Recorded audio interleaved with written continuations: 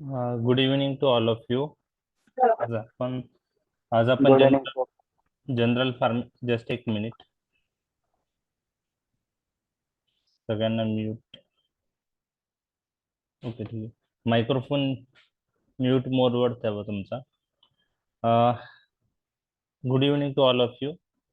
आज आपण adverse drug reactions हा जनरल फार्मॅकोलॉजी मधला नेक्स्ट टॉपिक डिस्कस करणार आहोत. CCMP एक्झामच्या दृष्टीने हा टॉपिक लॉंग क्वेश्चनला विचारला जाऊ शकतो, त्याचप्रमाणे 4 मार्कच्या शॉर्ट नोटला विचारला जाऊ शकतो, किंवा एखादा टाईपची ॲडव्हर्स ड्रग रिॲक्शन 2 मार्कासाठी विचारला जाऊ शकतो. तर ओव्हरऑल हा टॉपिक जनरल फार्मॅकोलॉजी मधला एक महत्वाचा टॉपिक आहे. ॲडव्हर्स ड्रग रिॲक्शन मध्ये काय क्वेश्चन्स विचारले जाऊ शकतात, तर लॉंग क्वेश्चन मध्ये define adverse drug reaction, differentiate between type A and type B adverse drug reaction, and explain any 4 adverse drug reaction with suitable example, किंवा explain any 6 adverse drug reaction with suitable example, असा question विचारला जाऊ शकतो. Short note मध्ये तुम्हाला explain any 4 adverse drug reactions विचारल्या जाऊ शकता. 2 मार्कला तुम्हाला एक एक्झाम्पल पॉइंट ऑफ व्ह्यू सांगतो. समजा define teratogenicity, give 2 example of teratogenic drug, अशा टाईपचे क्वेश्चन विचारले जाऊ शकतात. तर what are adverse drug reaction, पहिले आपण ते पाहून घेऊया. डेफिनेशन.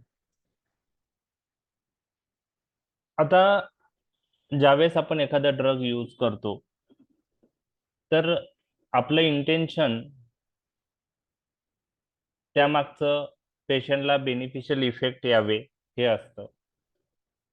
आणि जे ड्रग आपण यूज करतो, डेफिनेटली खूप सारे ड्रग बेनिफिशियल इफेक्ट पर्टिक्युलर पेशंटमध्ये प्रोड्यूस करतात, परंतु ड्रग फक्त आपल्याला जो इफेक्ट पाहिजे तेवढेच प्रोड्यूस करत नाही. ते ड्रग्स दुसऱ्या साईटवर ऍक्ट होऊ शकतात, दुसऱ्या लोकेशन्सवर ऍक्ट होऊ शकतात, किंवा सेम लोकेशनला जिथं ऍक्शन पाहिजे तिथं जर जास्त ऍक्ट झाले तर गरजेपेक्षा जास्त इफेक्ट आला तरीही प्रॉब्लेम होऊ शकतो. तर त्यावेळेस जे आपल्याला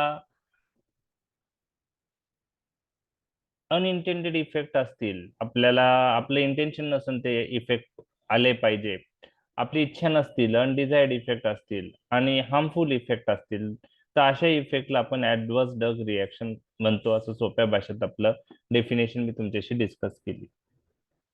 म्हणजे जी बुक्स मध्ये डेफिनेशन दिलेली आहे ती काय आहे ऍडव्हर्स ड्रग रिॲक्शनची, 3 वर्ड डेफिनेशन मधले तुम्हाला लक्षात ठेवायचे आहेत. ओके, मी पहिले डेफिनेशन वाचतो.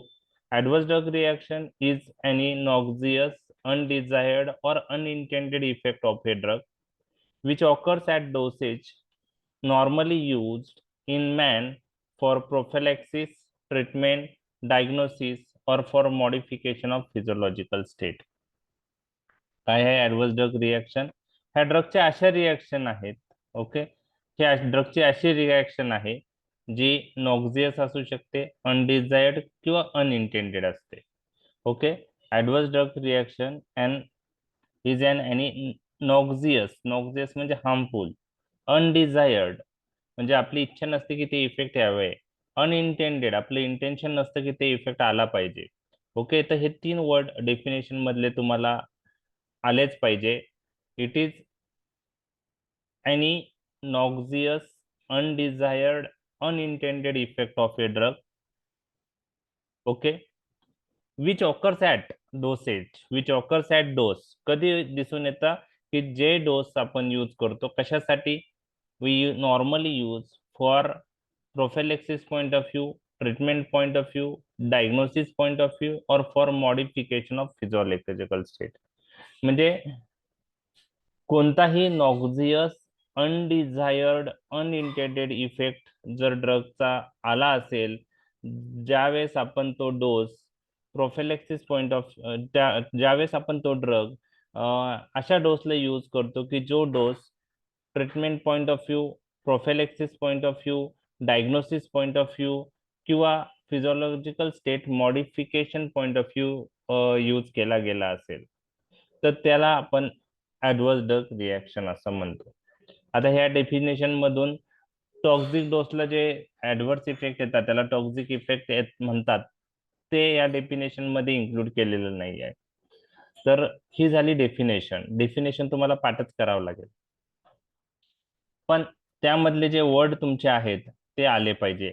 डेफिनेशन जशीच्या तशी नाही आली तरी चालू शकते, पण नॉक्झियस म्हणजे हार्मफुल, अनडिझायर्ड आणि अनइंटेंडेड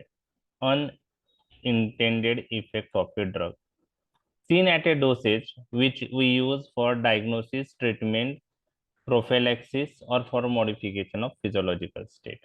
ही झाली डेफिनेशन. आता यामध्ये खूप साऱ्या रिएक्शन्स आपण खूप डिस्कस करणार आहोत वन बाय वन. तर ऍटलिस्ट तुम्हाला मेन ऍडव्हर्स ड्रग रिएक्शनचे टाइप्स आणि त्यामध्ये कोणकोणते ऍडव्हर्स ड्रग रिएक्शन्स येतात ते तुम्हाला माहित पाहिजे. तर आपण आता थोडं पुढे जाऊया. डेफिनेशन तुम्हाला समजले असणार आहे. ठीक आहे. तर आता पुढचा पार्ट मी डिस्कस करतोय. तर long question point of view he definition तुम्हाला आलीच पाहिजे. आणि त्यामध्ये दोन प्रकारचे ऍडव्हर्स ड्रग रिएक्शन मेन मी तुमच्याशी डिस्कस करणार आहे. तर ऍडव्हर्स ड्रग रिएक्शन कधी येऊ शकतात? काही वेळेस एक डोस यूज केला त्यांनी पण ऍडव्हर्स ड्रग रिएक्शन येऊ शकते. प्रॉम्प्टली त्या पेशंटला ती ऍडव्हर्स ड्रग रिएक्शन सडनली एखाद्या डोस मध्ये येऊ शकते. काही पेशंटला प्रोलॉंग यूज केल्यानंतर ती ऍडव्हर्स ड्रग रिएक्शन येऊ शकते एखादी. काही पेशंट मध्ये इव्हन ड्रग स्टॉप केल्यानंतरही ऍडव्हर्स ड्रग रिएक्शन येऊ शकते. म्हणजे ऍडव्हर्स ड्रग रिएक्शन ह्या सडनली विथिन फर्स्ट डोस दिसू शकतात, प्रोलॉंग यूज केल्यानंतर दिसू शकतात, किंवा ड्रग स्टॉप केल्यानंतरही ऍडव्हर्स ड्रग रिएक्शन दिसू शकतात. तर आता types of adverse drug reaction जे आहेत, ओके, त्यामध्ये type A adverse drug reaction आहे, टाइप बी आहेत, ओके, टाइप सी आहे, टाइप डी आहे, ओके, टाइप ई आहे आणि टाइप एफ आहे. परंतु तुम्हाला ऍटलिस्ट टाइप ए आणि टाइप बी विषयी माहित पाहिजे. ओके. तर type A, type B, type C, type D, type E, type F काय आहे हे मी तुमच्याशी डिस्कस करतोय. ओके. आता प्रत्येकाचं जे नाव आहे ते त्याच्या टाईप वरून आहे. Type A, A for augmented आहे. टाईप बी म्हणजे बिझॅरी आहे. ओके. टाईप ए आणि टाईप बी मध्ये परत एकदा सांगतो, टाईप ए म्हणजे augmented, A for A, augmented, B म्हणजे बिझॅरी. काय आहे ते मी नंतर डिस्कस करणार आहे. टाईप ए म्हणजे अगमेंटेड, टाईप बी म्हणजे बिझॅरी, टाईप सी म्हणजे क्रोनिक यूज नंतर होती, chronic adverse drug reaction. D म्हणजे delayed type adverse drug reaction, म्हणजे खूप दिवस यूज केल्यानंतर येणारी असेल तर delayed type adverse drug reaction. Type E म्हणजे end dose adverse drug reaction. Okay. Drug end केल्यानंतर after stoppage of the drug adverse drug reaction आली तर त्याला type E adverse drug reaction म्हणतात. आणि काही बुक्स मध्ये एफ पण मेन्शन केलेले आहे, failure to give response type adverse drug reaction.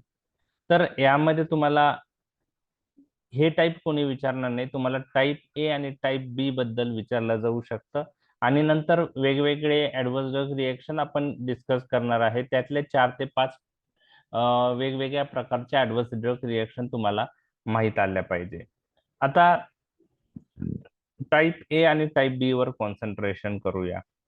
Type A म्हणजे अगमेंटेड आहे, टाईप बी म्हणजे बिझेरी आहे. टाईप ए ला प्रेडिक्टेबल ऍडव्हर्स ड्रग रिएक्शन असं म्हणतात, टाईप बी ला अनप्रेडिक्टेबल ऍडव्हर्स ड्रग रिएक्शन म्हणतात. तर तुम्हाला कॉन्सन्ट्रेशन टाईप ए आणि टाईप बी वर करायचं आहे.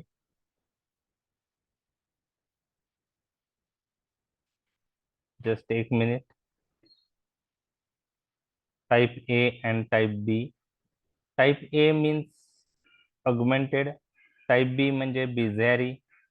टाइप ए ला प्रेडिक्टेबल असंही म्हणतात आणि टाइप बी ला अनप्रेडिक्टेबल असंही म्हणतात. म्हणजे टाईप ए ला अगमेंटेड का म्हणतात?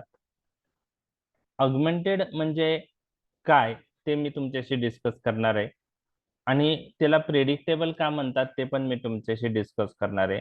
तर type A adverse drug reaction ज्या असतात त्या फार्मॅकोलॉजिकल ऍक्शन ज्या असतात ड्रगच्या त्याच्याशी रिलेटेड असतात, आणि जर ती ऍक्शन एक्सटेंड झाली, खूप आली, तर हे ऍडव्हर्स ड्रग रिएक्शन दिसून येतात. समजा बीटा ब्लॉकर्स हार्ट रेट कमी करतात, बरोबर आहे, आणि जर जास्त हार्ट रेट कमी झाला तर बीटा ब्लॉकर्स ब्रॅडिकार्डिया करतात, तर ती type A adverse drug reaction झाली. म्हणजे बीटा ब्लॉकरच्या ऍक्शन जी आहे हार्टवरची, ओके, हार्ट रेट कमी करण्याची, ती जास्त आल्यामुळं ती दिसून येते. एक्सटेन्शन ऑफ फार्मॅकोलॉजिकल ऍक्शन मुळे ती दिसते. त्यामुळं तिला आपण augmented type of adverse drug reaction म्हणतो, आणि ती प्रेडिक्टेबल असते depending on the mechanism of action of drug. Beta blocker heart rate कमी करतो हे तुम्हाला माहित आहे, आणि मध्ये आपण त्यासाठीच तो यूज करतो. परंतु जर जास्त डोस झाला बीटा ब्लॉकरचा, किंवा जास्त इफेक्ट आला बीटा ब्लॉकरचा, बरोबर आहे, तर मग ती ऍक्शन जी आहे बीटा ब्लॉकरची ती एक्सटेंड होईल जास्त, आणि त्यांनी हार्टचा रेट अजून कमी होऊन पेशंट ब्रॅडिकार्डियामध्ये जाऊ शकतो. ओके, तर टाईप ए ला आपण प्रेडिक्टेबल म्हणतो, कारण आपण फार्मॅकोलॉजिकल ऍक्शन वरून ती प्रेडिक्ट करू शकतो. त्यालाच augmented type of adverse drug reaction असं म्हणतात. अगमेंटेड म्हणजे ड्रगचे ऍक्शन जास्त असल्यामुळे extension of pharmacological action. Type बी ला अनप्रेडिक्टेबल असं म्हणतात, आणि तिला बिझेरी असंही म्हणतात. बिझेरी म्हणजे काय? Haphazard, not related with the action और extension of pharmacological effect. Type B मध्ये कोणती रिएक्शन येते? फॉर एक्झाम्पल टेट्रासायक्लिन्स आहे, किंवा आपण पेनिसिलिन्स घेऊया. पेनिसिलिन्स आपल्याला माहिती आहे त्यांची मेकॅनिझम ऑफ ऍक्शन जी आहे, किंवा त्यांचा यूज जो आहे, दीज आर बॅक्टेरिसाइडल ड्रग. बॅक्टेरियाचं लायसिस करण्यासाठी हे ड्रग यूज करतात, आणि त्या ड्रगची एक रिएक्शन आहे adverse drug reaction, hyper sensitivity reaction. आता ही हायपर सेन्सिटिव्हिटी रिएक्शन ड्रगच्या ऍक्शनशी रिलेटेड आहे का? आन्सर नो आहे. It is not related with the action of the drug. It is not related with the action of the drug. We can't predict the mechanism of action here related with adverse drug reaction. That's why it is called as unpredictable. Unpredictable. The hypersensitivity reaction कोणत्याही ड्रगची जी असते ती unpredictable असते, bizarre असते, आणि it is not related with the dose. It is not related with the dose. म्हणजे augmented type of adverse drug reaction dose जास्त झाला, action जास्त झाल्यामुळे दिसते.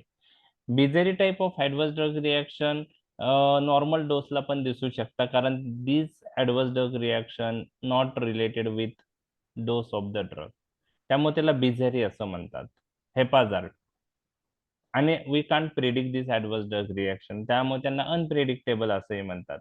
तर दोन टाईप जे आहेत, टाईप ए आणि टाईप बी, याचा डिफरन्स युनिव्हर्सिटीमध्ये तुम्हाला विचारला जाऊ शकतो. म्हणजे डिफरन्शिएट बिटवीन टाईप ए आणि type B adverse drug reaction, आणि खूप सोपा आहे. तुम्हाला जर त्याचं मिनिंग कळलं तर तुम्ही तो डिफरन्स लक्षातच ठेवू शकता, त्याला काही पाठ करायची गरज नाही. पहा, टाईप ए प्रेडिक्टेबल आहे का नाही? यस, प्रेडिक्टेबल आहे, कारण तो ऍक्शनशी रिलेटेड असते. टाईप ए, टाईप ए ला आपण काय म्हणतो? अगमेंटेड. आणि टाईप बी ला आपण बिझेरी असं म्हणतो. Okay, type A we can predict from the action of the drug. Type B we can't predict. Okay, that's why type B is called as unpredictable. So which is related with those? Type A adverse drug reaction. ड्रगची action कधी वाढेल? Dose वाढला तर. त्यामुळे type A adverse drug reaction dose related आहे. Type B adverse drug reaction these are non dose related. Even low डोसलाही ते hypersensitivity reaction penicillin बरोबर दिसून येऊ शकते.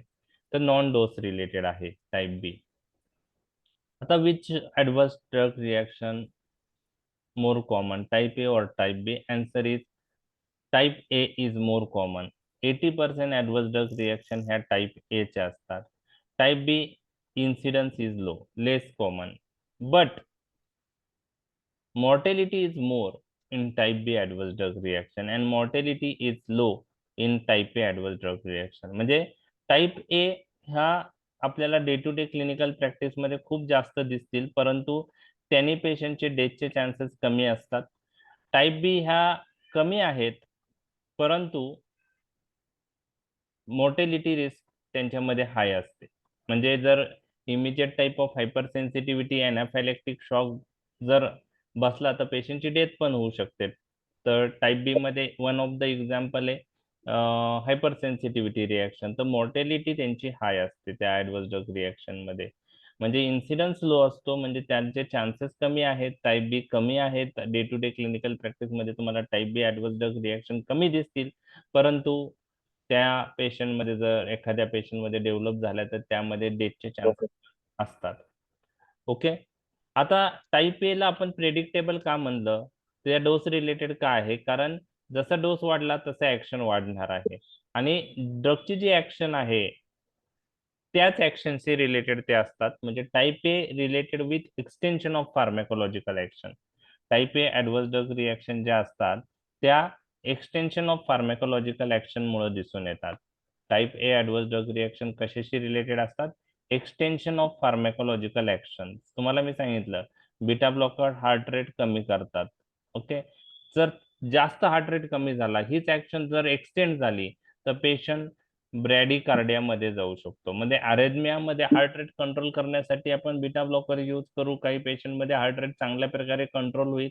एखाद्या वेळेस काही पेशंटमध्ये सडनली हार्ट रेट अजून कमी होऊ शकतो.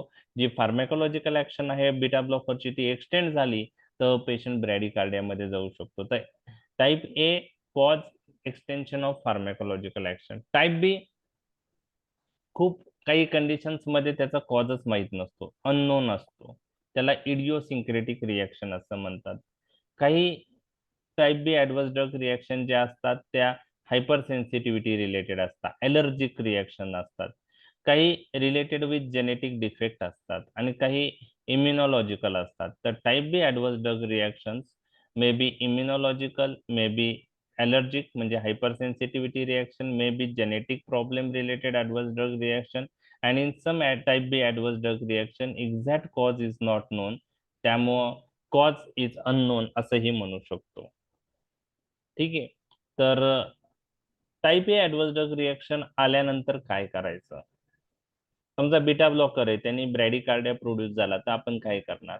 मग आपण बीटा ब्लॉकरचा डोस कमी केला तरी पण पेशंट मध्ये इम्प्रुव्हमेंट होऊ शकते. तर adjustment of the dose is the treatment required for improvement in type A adverse drug reaction. For type B adverse drug reaction त्यामध्ये आपल्याला stoppage of the drug is the treatment required. समजा पेनिसिलिनने hyper sensitivity reaction आली तर आपल्याला drug stop केल्याशिवाय पर्याय नाही. आपल्याला ड्रग स्टॉप केल्याशिवाय पर्याय नाही. ओके. ठीक आहे. आता एक्झाम्पल बघूया कोणता आहे. टाईप ए ला आपण क्वांटिटेटिव्ह ऍडवर्स टाईप रिॲक्शन म्हणतो आणि टाईप बी जे असते तिला क्वालिटेटिव्ह आहे. हे तुम्हाला लक्षात ठेवायचं आहे. क्वांटिटेटिव्ह इज टाईप ए आणि qualitative is type B. Quantitative म्हणजे काय? त्याचा एक्सटेन्शन ऑफ फार्मॅकोलॉजिकल ऍक्शन वाढली की मग ऍडवर्स इफेक्टची रिस्क वाढते जास्त, म्हणून त्याला क्वांटिटेटिव्ह टाईप आहे. आणि टाईप बी जे आहे it is a qualitative type. Okay. Example of type A adverse drug reaction. खूप सारे रिएक्शन्स ह्या टाईप ए मध्ये येतात. 80%. एक्झाम्पल लक्षात ठेवायचं झालं तर beta blocker responsible for bradycardia. Beta blocker responsible for bradycardia ही type A adverse drug reaction आहे. ओके. टाईप बी आणि टाईप बी शी related hypersensitivity reaction to the penicillin हे लक्षात ठेवू शकतात. किंवा अजून एक आहे मॅलिग्नंट हायपरथर्मिया विथ हॅलोथेन. आता मॅलिग्नंट हायपरथर्मिया विथ हॅलोथेन काय आहे हे मी तुमच्याशी डिस्कस करत आहे. आता यामध्ये जेनेटिक कॉज आहे. मॅलिग्नंट हायपरथर्मिया मध्ये खूप प्रोड्यूस झालेली असते, त्यामुळे हायपरथर्मिया होतं पेशंटला. आणि मॅलिग्नंट हायपरथर्मिया ही हॅलोथेनमुळे दिसतं, सक्सिनिलकोलिनमुळे दिसतं. तर काय आहे मॅलिग्नंट हायपरथर्मिया? आणि हॅलोथेन, सक्सिनिलकोलिन हे ड्रग्स तुमच्या परिचयातले जास्त नाही, day to day clinical practice मध्ये एवढे यूज होत नाही. हॅलोथेन ह्या जनरल अॅनास्थेटिक एजंट आहे. सक्सिनिलकोलिन हा शॉर्टेस्ट ऍक्टिंग स्केलेटल मसल रिलॅक्संट आहे. मॅलिग्नंट हायपरथर्मिया मध्ये काय होतं, स्केलेटल मसल मध्ये सार्कोप्लाझ्मिक रेटिकुलम जे आहे त्यामध्ये कॅल्शियम स्टोअर असतो, आणि हा कॅल्शियम रिलीज जो होतो तो रॅनोडिन रिसेप्टरने थ्रू रिलीज होतो, रॅनोडिन रिसेप्टर थ्रू रिलीज होतो. तर ह्या काही पेशंटमध्ये हे रॅनोडिन रिसेप्टर जेनेटिकली ॲबनॉर्मल असतात, आणि अशा पेशंटमध्ये हॅलोथेन दिल्यानंतर हे ॲबनॉर्मल रॅनोडिन रिसेप्टर मधून खूप सारे कॅल्शियम सार्कोप्लाझ्मिक रेटिक्युलम मधून cytoplasm of the skeletal muscle मध्ये रिलीज होतात. आणि खूप कॅल्शियम स्केलेटल मसल मध्ये रिलीज झाल्यामुळं सार्कोप्लाझ्मिक रेटिक्युलम मधून कॅल्शियम स्केलेटल मसलचं प्रचंड कॉन्ट्रॅक्शन करतो, आणि त्यामुळे हिट इंड्यूस होते, त्याला मॅलिग्नंट हायपरथर्मिया म्हणतात. आता लाखामध्ये हॅलोथेन एखाद्या पेशंटमध्ये मॅलिग्नंट हायपरथर्मिया प्रोड्यूस करतो, ज्याच्यामध्ये रॅनोडिन रिसेप्टर हे जेनेटिकली ॲबनॉर्मल आहे, म्हणजे इथं जेनेटिक कॉज झाला. Okay okay. आणि ह्या टाईपचे रिएक्शनला आपण इडिओसिंक्रेटिक रिएक्शन म्हणतो, ज्याच्यात एक्झॅक्ट कॉज ॲडव्हर्स ड्रग रिएक्शनचा माहीत नाही, किंवा जेनेटिक कॉजमुळे ती रिएक्शन होते. आता जे आपण ॲडव्हर्स ड्रग रिएक्शनचे कॉजेस माहीत नव्हते, त्यातल्या भरपूर साऱ्या जणांचा कॉज हा जेनेटिक बेसिस दिसून आलेला आहे. त्याचं example malignant hyperthermia seen with halothane, also it is seen with succinyl choline. तर एमसीक्यू आहे, मॅलिग्नंट हायपरथर्मिया कोणत्या ड्रगमुळे दिसतो? तर हॅलोथेन नावाचा जनरल अॅनेस्थेशियामुळं, आणि सक्सिनिल कोलिन नावाच्या स्केलेटल मसल रिलॅक्सन ड्रगमुळं. आणि मॅलिग्नंट हायपरथर्मियामध्ये काय होतं, एक्सिस कॉन्ट्रॅक्शन स्केलेटल मसलचं होतं, रॅनोडिन रिसेप्टर ॲबनॉर्मल असल्यामुळे कॅल्शियम रिलीज होतं, आणि कॅल्शियम स्केलेटल मसल कॉन्ट्रॅक्ट करतात, आणि खूप कॉन्ट्रॅक्शन झाल्यामुळे हीट प्रोड्यूस होते, त्याला मॅलिग्नंट हायपरथर्मिया असं म्हणतात. तर लाखामध्ये एखादा पेशंट असेल ज्याच्यात हॅलोथेन हा ॲडव्हर्स इफेक्ट करतो, किंवा सक्सिनिलकोलिन हा ॲडव्हर्स इफेक्ट करतो, आणि त्या पेशंटमध्ये जेनेटिक प्रॉब्लेम आहे त्याच्यामुळे दिसतो, म्हणजे 99.99% लोकांमध्ये हा ॲडव्हर्स इफेक्ट दिसणार नाहीये. बरोबर आहे, म्हणजे incidence type B adverse drug रिएक्शनचा हा कमी आहे, हे इथं सिद्ध होतं. तर पहा, मी डिफरन्स टाईप ए आणि टाईप बी मधला परत एकदा तुम्हाला सांगतो. कधी लॉंग क्वेश्चनचा पार्ट आला तर हा डिफरन्स तुम्हाला विचारू शकतात, तर एकदा तो ओव्हरलुक करून घ्या, जेणेकरून तुमच्या लक्षात येईल. ओके. टाईप ए आणि type B adverse drug reaction. Okay. तर तुम्हाला ते डिस्प्ले होत आहे, एक मिनिट. हा, पूर्ण आता डिफरन्स डिस्प्ले झालाय, तर एक 2 मिनिटात पहा, परत आपण स्टार्ट करूया. जस्ट एक मिनिट. तर आता वेगवेगळ्या प्रकारचे type A type B adverse drug reaction आपण डिस्कस केली. टाईप सी, डी, ई आणि एफ काय आहे ते बघितलं. आता ज्या ॲडव्हर्स ड्रग रिॲक्शन्स आहे वेगवेगळ्या प्रकारच्या, त्या 12 प्रकारच्या ॲडव्हर्स ड्रग रिॲक्शन्स आपण डिस्कस करणार आहोत. तर कोणकोणत्या आहेत त्या, ते मी तुमच्याशी डिस्कस करत आहोत. तर त्यामध्ये side effect, secondary effect, toxic effect, ह्या पहिल्या 3 आपण डिस्कस करणार आहोत. साईड इफेक्ट, सेकंडरी इफेक्ट आणि टॉक्झिक इफेक्ट. आणि side effect, secondary effect, toxic effect मध्ये काय काय फरक आहेत ते मी तुम्हाला सांगणार आहे. त्यानंतर इंटॉलरन्स, इडिओसिंक्रेसी, आयट्रोजेनिक, 3 आय वरून आहे. इंटॉलरन्स, इडिओसिंक्रेसी आणि आयट्रोजेनिक. हायड्रोजेनिक म्हणजे ड्रग इंड्यूस किंवा physician induce adverse drug reaction. Okay. Drug induce किंवा फिजिशियन इंड्यूस पण काही बुक्स मध्ये म्हणतात हायड्रोजेनिक. आणि त्यानंतर डी वरून 3 आहे, drug allergy, drug dependence, drug withdrawal reaction, या 3. आणि नंतर म्युटाजेनिसिटी, कार्सिनोजेनिसिटी, टेरॅटोजेनिसिटी आणि फोटोसेन्सिटिव्हिटी ह्या 12 रिएक्शन्स आहेत. आता ह्या कशा लक्षात ठेवायच्या? ओके, तुम्हाला एक्झाम मध्ये यापैकी 5-6 एक्सप्लेन करायला येणार आहे. त्यामुळे 5-6 रिएक्शन जे आहेत त्याचा अर्थ आणि त्यातले एक एक एक्झाम्पल चांगलं केलं तरी मोर दॅन इनफ आहे. बाकी एमसीक्यू पॉइंट ऑफ व्ह्यू ज्या ज्या पॉइंट्स येतील मी तुम्हाला सांगणार आहे.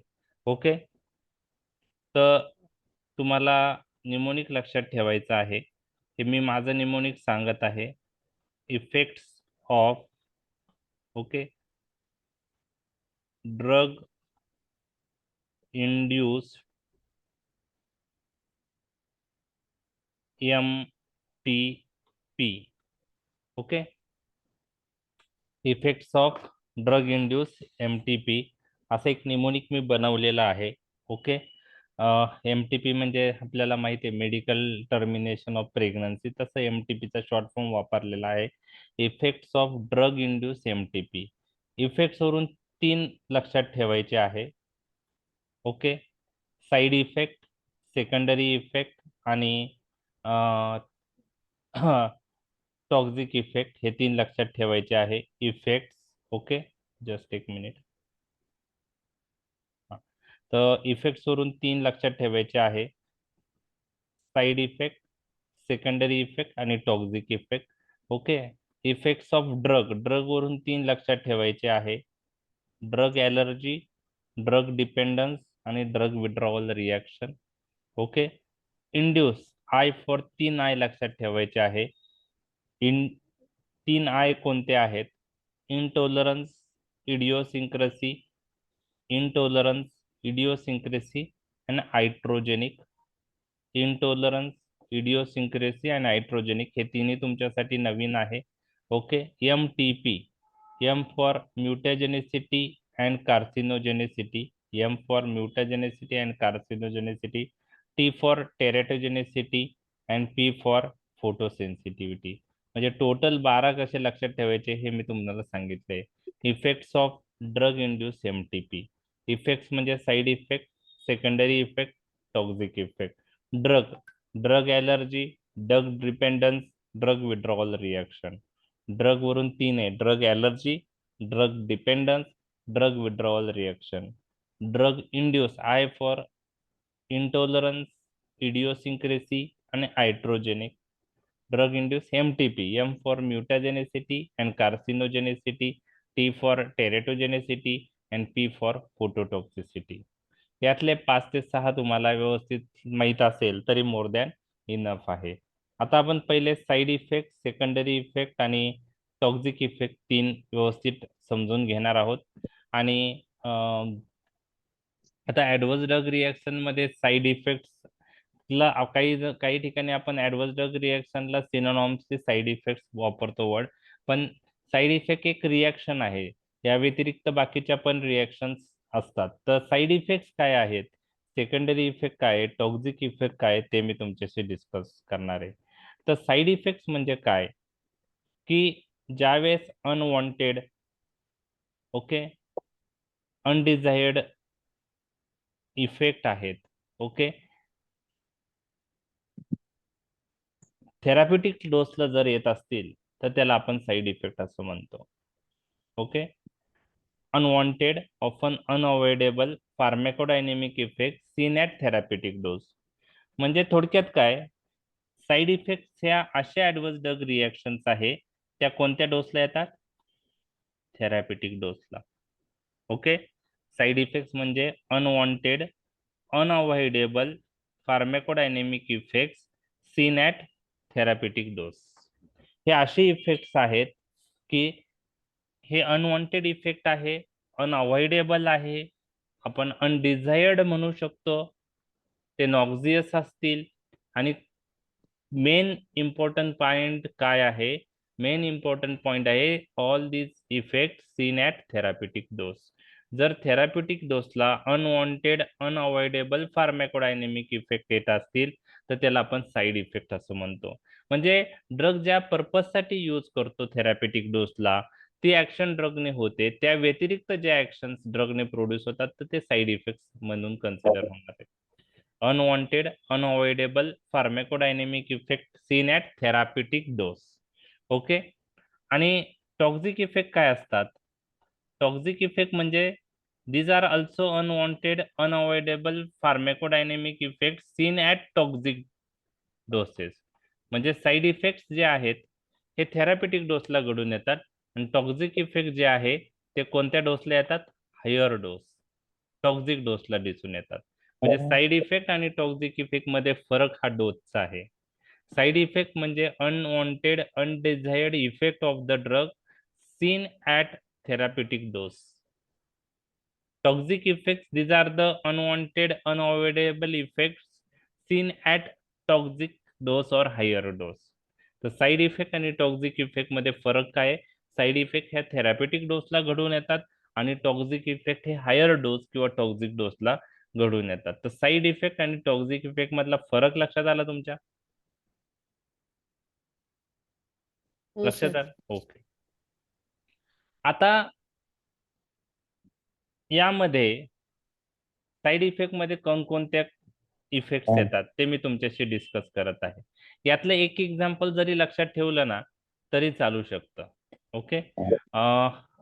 आता हे जे इफेक्ट्स आहेत हे ड्रगच्या फार्मॅकोलॉजिकल प्रोफाईल वरून आपण प्रेडिक्ट करू शकतो. म्हणून साईड इफेक्ट हे type A adverse drug reaction आहे. साईड इफेक्ट जे आहे ते type A adverse drug reaction आहे. टाईप ए म्हणजे अगमेंटेड टाईप आहे. ओके. आता त्रिपाठीमध्ये थोडं अवघड करून सांगितलेले आहे. 3 प्रकारचे साईड इफेक्ट्स त्यांनी मेन्शन केलेले आहे. अशा प्रकारचे साईड इफेक्ट ज्यामध्ये जी ऍक्शन थेरापिटिक इफेक्ट साठी वापरली जाते त्याच ऍक्शनमुळे साईड इफेक्ट दिसून येतो. फॉर एक्झाम्पल म्हणजे ज्या ऍक्शननी थेरापिटिक इफेक्ट दिसतो त्याच ऍक्शनमुळे साईड इफेक्ट दिसून येतो. Same action which is involve in the therapeutic effect responsible for side effect. For example atropine नावाचा ड्रग तुम्हाला सर्वांना माहित आहे आणि ॲट्रोपिन आपण प्री अॅनास्थेटिक मेडिकेशन म्हणून यूज करतो. काय असतं प्री अॅनास्थेटिक मेडिकेशन? अॅनेस्थेशिया देताना काही कॉम्प्लिकेशन्स डेव्हलप होतात, ते होऊ नये म्हणून अॅनेस्थेशियाचे कॉम्प्लिकेशन्स कमी करण्यासाठी अॅनेस्थेशिया देण्याआधी जे ड्रग देतात ते ड्रग देण्याचा पर्पज असा असतो की अॅनेस्थेशियाचे कॉम्प्लिकेशन्स कमी व्हावे. तर असे ड्रग्स जे अॅनेस्थेशिया देण्याच्या आधी यूज करतात to minimize complication of anaesthesia अशा ड्रगला प्री अॅनास्थेटिक मेडिकेशन असं म्हणतात. आणि त्यामध्ये ॲट्रोपिन नावाचा ड्रग यूज केला जातो. तर तो प्री अॅनास्थेटिक मेडिकेशन म्हणून का यूज केला जातो? तर अॅनास्थेशिया मध्ये काही इरिटंट अॅनेस्थेटिक एजंट जे असतात ते रेस्पिरेटरी सिक्रेशन वाढवतात. तर ते वाढू नये म्हणून ॲट्रोपिन आपण यूज करतो as a anti secretory agent. Anti secretory agent ते सिक्रेशन कमी करतात आणि सिक्रेशन कमी केल्या म्हणजे secretion anti secretory is the action of the atropine आणि त्याच्यामुळे ते प्री अॅनास्थेटिक मेडिकेशन म्हणून यूज होतो आणि त्याच अँटी सिक्रेटरी ॲक्शनमुळं dryness of the mouth side effect दिसून येतो. म्हणजे जी ॲक्शन थेरापेटिक पर्पज साठी वापरली जाते त्याच ऍक्शनमुळे साईड इफेक्ट येतो. ओके. दुसरं एक्झाम्पल तुम्हाला GTN माहित आहे, ग्लिसरॉल ट्रायनायट्रेट. ओके. तर ग्लिसरॉल ट्रायनायट्रेट आपण अंजायना मध्ये यूज करतो. तर ते का इफेक्टिव्ह आहे क्लासिकल अंजायना मध्ये? तर ग्लिसरॉल ट्रायनायट्रेट हे वॅसोडायलेटरी ड्रग आहे. ग्लिसरॉल ट्रायनायट्रेट व्हेनोडायलेटेशन करतात आणि काही प्रमाणात आर्टेरियो डायलेटेशन करतात. त्यामुळं वर्क ऑफ द हार्ट कमी होतं.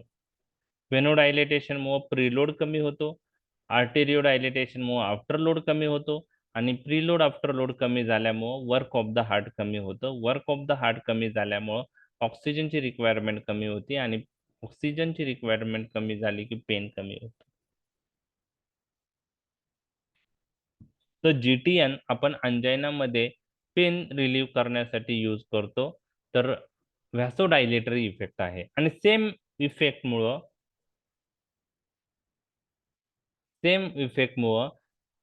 पोस्चरल हायपोटेन्शन होऊ शकतं. व्हेनोडायलेटेशन झाल्यामुळं peripheral pulling of the blood होतं आणि व्हेनस रिटर्न कमी होतं आणि पोस्चरल हायपोटेन्शन होतं. पोस्चरल हायपोटेन्शन म्हणजे GTN दिल्यानंतर जास्त वेळ उभा राहिला तर पेशंटचं BP कमी होऊ शकतं. त्याचप्रमाणे आर्टेरिओडायलेटेशन झाल्यामुळं थ्रोबिंग हेडेकचे चान्सेस वाढतात. म्हणजे हे जे ऍडव्हर्स इफेक्ट आहे, हे जे साईड इफेक्ट आहे, हे ज्या ऍक्शनसाठी GTN अंजायनामध्ये आपण यूज करतो त्याच ऍक्शनशी रिलेटेड आहे. काही वेळेस साईड इफेक्ट हे ज्या ऍक्शनसाठी आपण ड्रग वापरलेला असतो त्याच्याशी रिलेटेड नसतात. तसे पण काही साईड इफेक्ट आहेत. आता हे कोणी एक्झाम मध्ये तुम्हाला डिटेलमध्ये विचारणार नाही.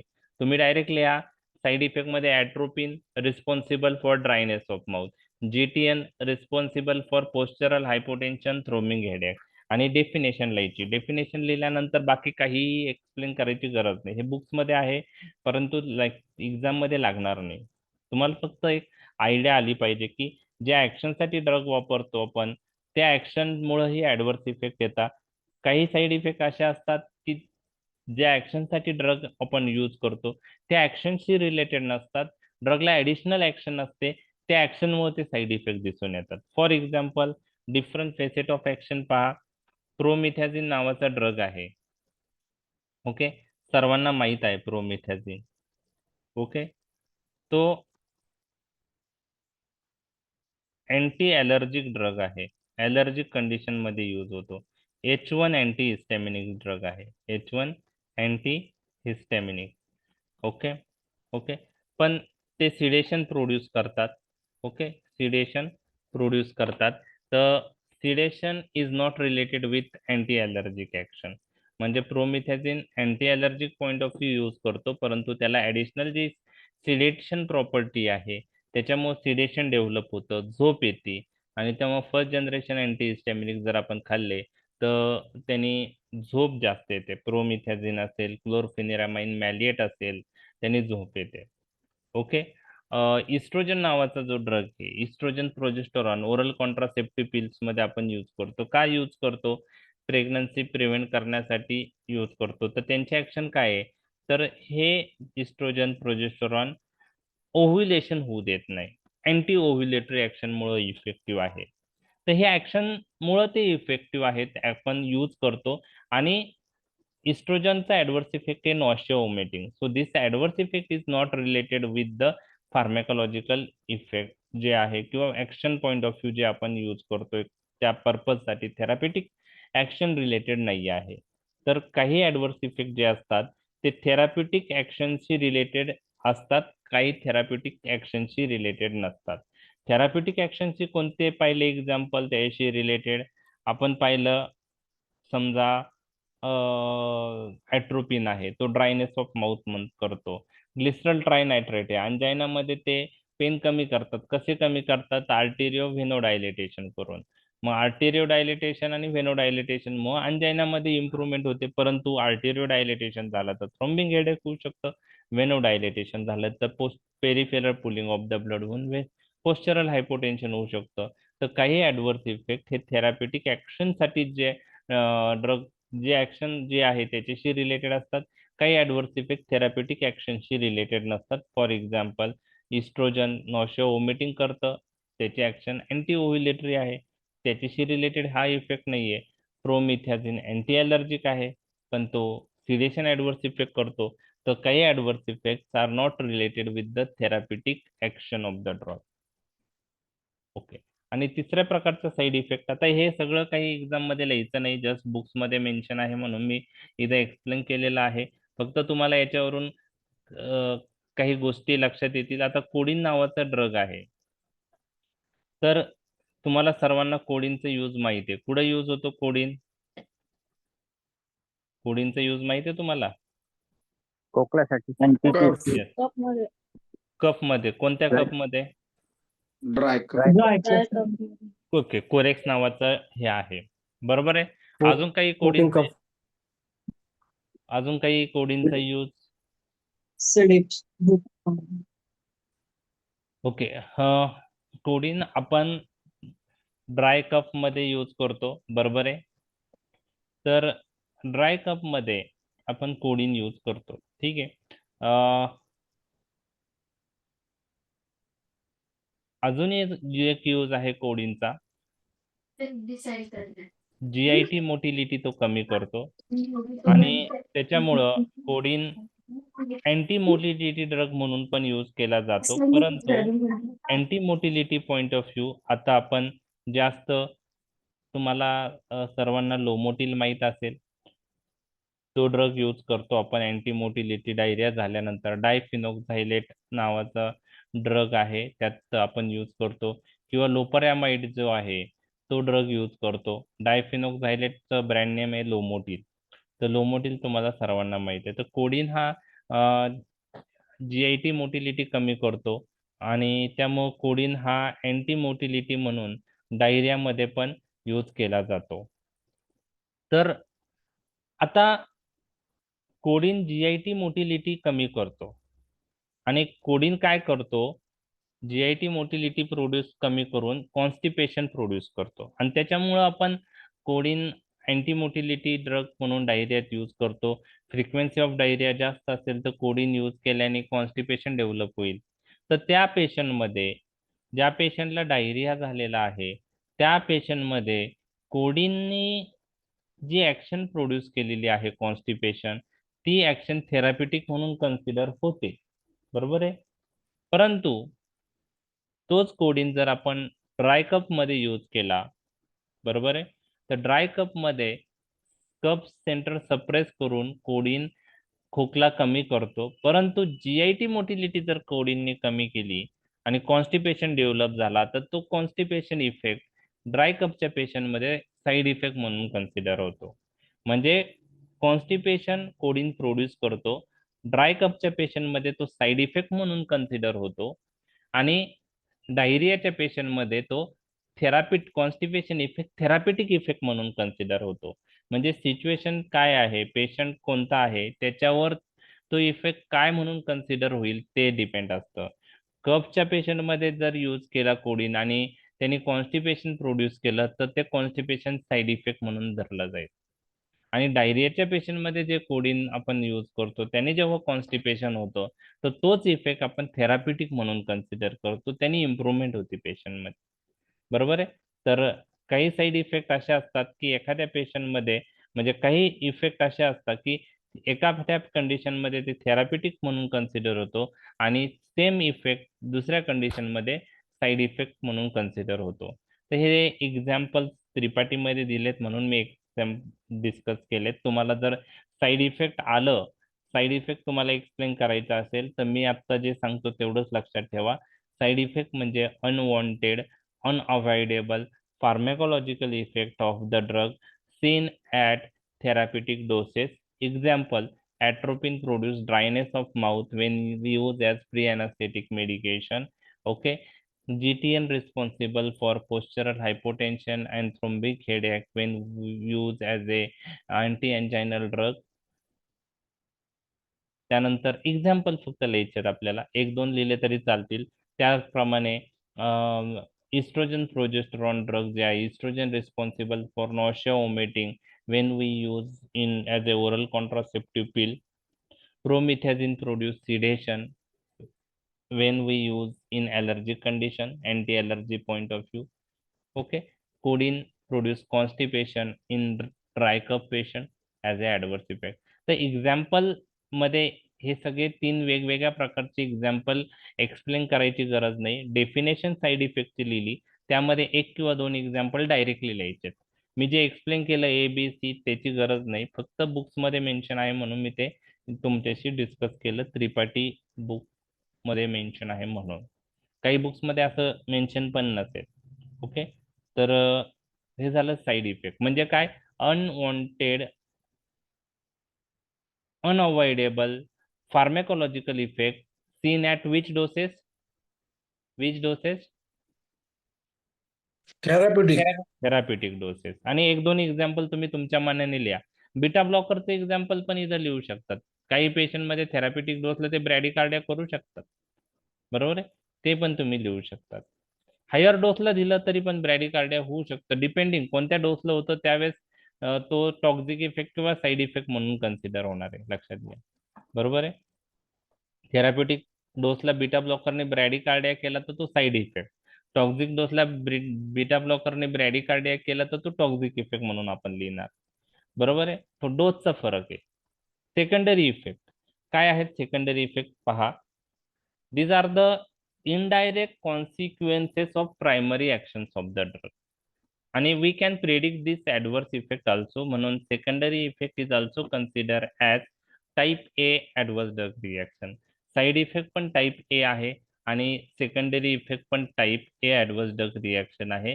These are the indirect consequence of primary actions of a drug. म्हणजे ड्रग दिल्याने एक ऍक्शन घडते आणि त्या ऍक्शन मुळे, त्याच्या कॉन्सिक्वेन्स मुळे जर एखादा अनवॉन्टेड इफेक्ट येत असेल, अनडिझायर्ड इफेक्ट असेल, तर त्याला सेकंडरी इफेक्ट असं म्हणतात. Indirect consequence of primary action. Drug directly तो इफेक्ट प्रोड्यूस करत नाही, ड्रगची ऍक्शन मुळे इनडायरेक्टली तो इफेक्ट प्रोड्यूस होतो, म्हणून त्याला सेकंडरी इफेक्ट म्हटलंय, प्रायमरी इफेक्ट म्हटलं नाही. ड्रग प्रायमरी ऍक्शन प्रोड्यूस करतो आणि त्याच्यामुळं सेकंडरी इफेक्ट जो येतो तो अनवॉन्टेड, अनडिझायर्ड असतो, त्याला आपण ऍडव्हर्स ड्रग रिएक्शन म्हणतात. फॉर एक्झाम्पल, ज्यावेळेस आपण अँटीबायोटिक्स देतो, ओके, अँटीबायोटिक्स दिल्याने नॉर्मल बॅक्टेरियल फ्लोरा डिस्ट्रॉय होतो, ही त्याची प्रायमरी ऍक्शन झाली अँटीबायोटिक्सची, destruction of normal bacterial flora. पण नॉर्मल बॅक्टेरियल फ्लोरा डिस्ट्रॉय झाल्यामुळं सेकंडरी कॉन्सिक्वेन्स काय होतं, सेकंडरी इनडायरेक्ट कॉन्सिक्वेन्स काय होतं, त्याचं सेकंडरी इफेक्ट काय होतं? Due to destruction of normal bacterial flora there is growth of pathogenic organism in the intestine which responsible for diarrhea as an adverse effect. म्हणजे antibiotic मुळे diarrhoea जो होतो तो सेकंडरी इफेक्ट आहे, प्रायमरी म्हणजे secondary effect आहे, indirect consequence आहे. Primary action ड्रगची काय आहे? Destruction of normal bacterial flora. Okay, तर tetracycline responsible for suppression of bacterial flora. Okay, टेट्रासायक्लिननी नॉर्मल बॅक्टेरियल फ्लोरा डिस्ट्रॉय होतो, म्हणजे सप्रेस होतो, ही प्रायमरी ऍक्शन आहे. आणि त्याच्यामुळं पॅथोजेनिक ऑर्गॅनिझम ग्रो होते आणि त्याच्यामुळे डायरिया होतो, त्याला आपण सेकंडरी इफेक्ट म्हणतो आणि त्याला आपण सुपर इन्फेक्शन असंही म्हणतो. तर सुपर इन्फेक्शन म्हणजे काय असं जर तुम्हाला कोणी विचारलं तर अँटीबायोटिकमुळं नॉर्मल बॅक्टेरियल फ्लोरा डिस्ट्रॉय होऊन पॅथोजेनिक ऑर्गॅनिझम ग्रो झाल्यामुळे जो डायरिया होतो त्याला आपण सुपर इन्फेक्शन असं म्हणतो. तर सुपर इन्फेक्शन हा सेकंडरी इफेक्ट आहे अँटीबायोटिकच्या प्रायमरी ऍक्शनचा. प्रायमरी ऍक्शन काय? Suppression of normal bacterial flora. Okay, दुसरं एक्झाम्पल आहे कॉर्टिकोस्टेरॉइडचं. कॉर्टिकोस्टेरॉइड इम्युनिटी सप्रेस करतात. This is the primary action. Corticosteroid immunity suppress करतात आणि त्याच्यामुळे आपण खूप ठिकाणी कॉर्टिकोस्टेरॉइड यूज करतो इम्युनॉलॉजिकल कंडिशन्स मध्ये. ओके, इम्युनॉलॉजिकल कंडिशन्स मध्ये आपण कॉर्टिकोस्टेरॉइड यूज करतो. जिथं ऑटो इम्युनो डिसऑर्डर आहेत, आर्थरायटिस आहे, त्यात आपण कॉर्टिकोस्टेरॉइड यूज करतो. ओके, तर ते इम्युनोसप्रेसंट आहेत, इम्युनोसप्रेसंट, तर ते इम्युनिटी कमी करतात. ओके, म्हणून ऑटो इम्युनो डिसऑर्डर मध्ये ज्यामध्ये आपल्या बॉडीच्या अगेन्स्ट अँटीबॉडी तयार होतात, ते अँटीबॉडी कमी होण्यासाठी इम्युनिटी सप्रेस करणं गरजेचं आहे, त्याच्यासाठी कॉर्टिकोस्टेरॉइड यूज करतात, बरोबर. तर कॉर्टिकोस्टेरॉइड हे इम्युनोसप्रेसन ड्रग आहेत, हे तुम्हाला लक्षात ठेवायचे. त्यांना अँटी इन्फ्लेमेटरी ऍक्शन पण आहे, ते आपल्याला माहित आहे. तर इम्युनोसप्रेसन ऍक्शन आहे हे पण आपल्याला आता माहित झालेलं आहे कॉर्टिकोस्टेरॉइडला.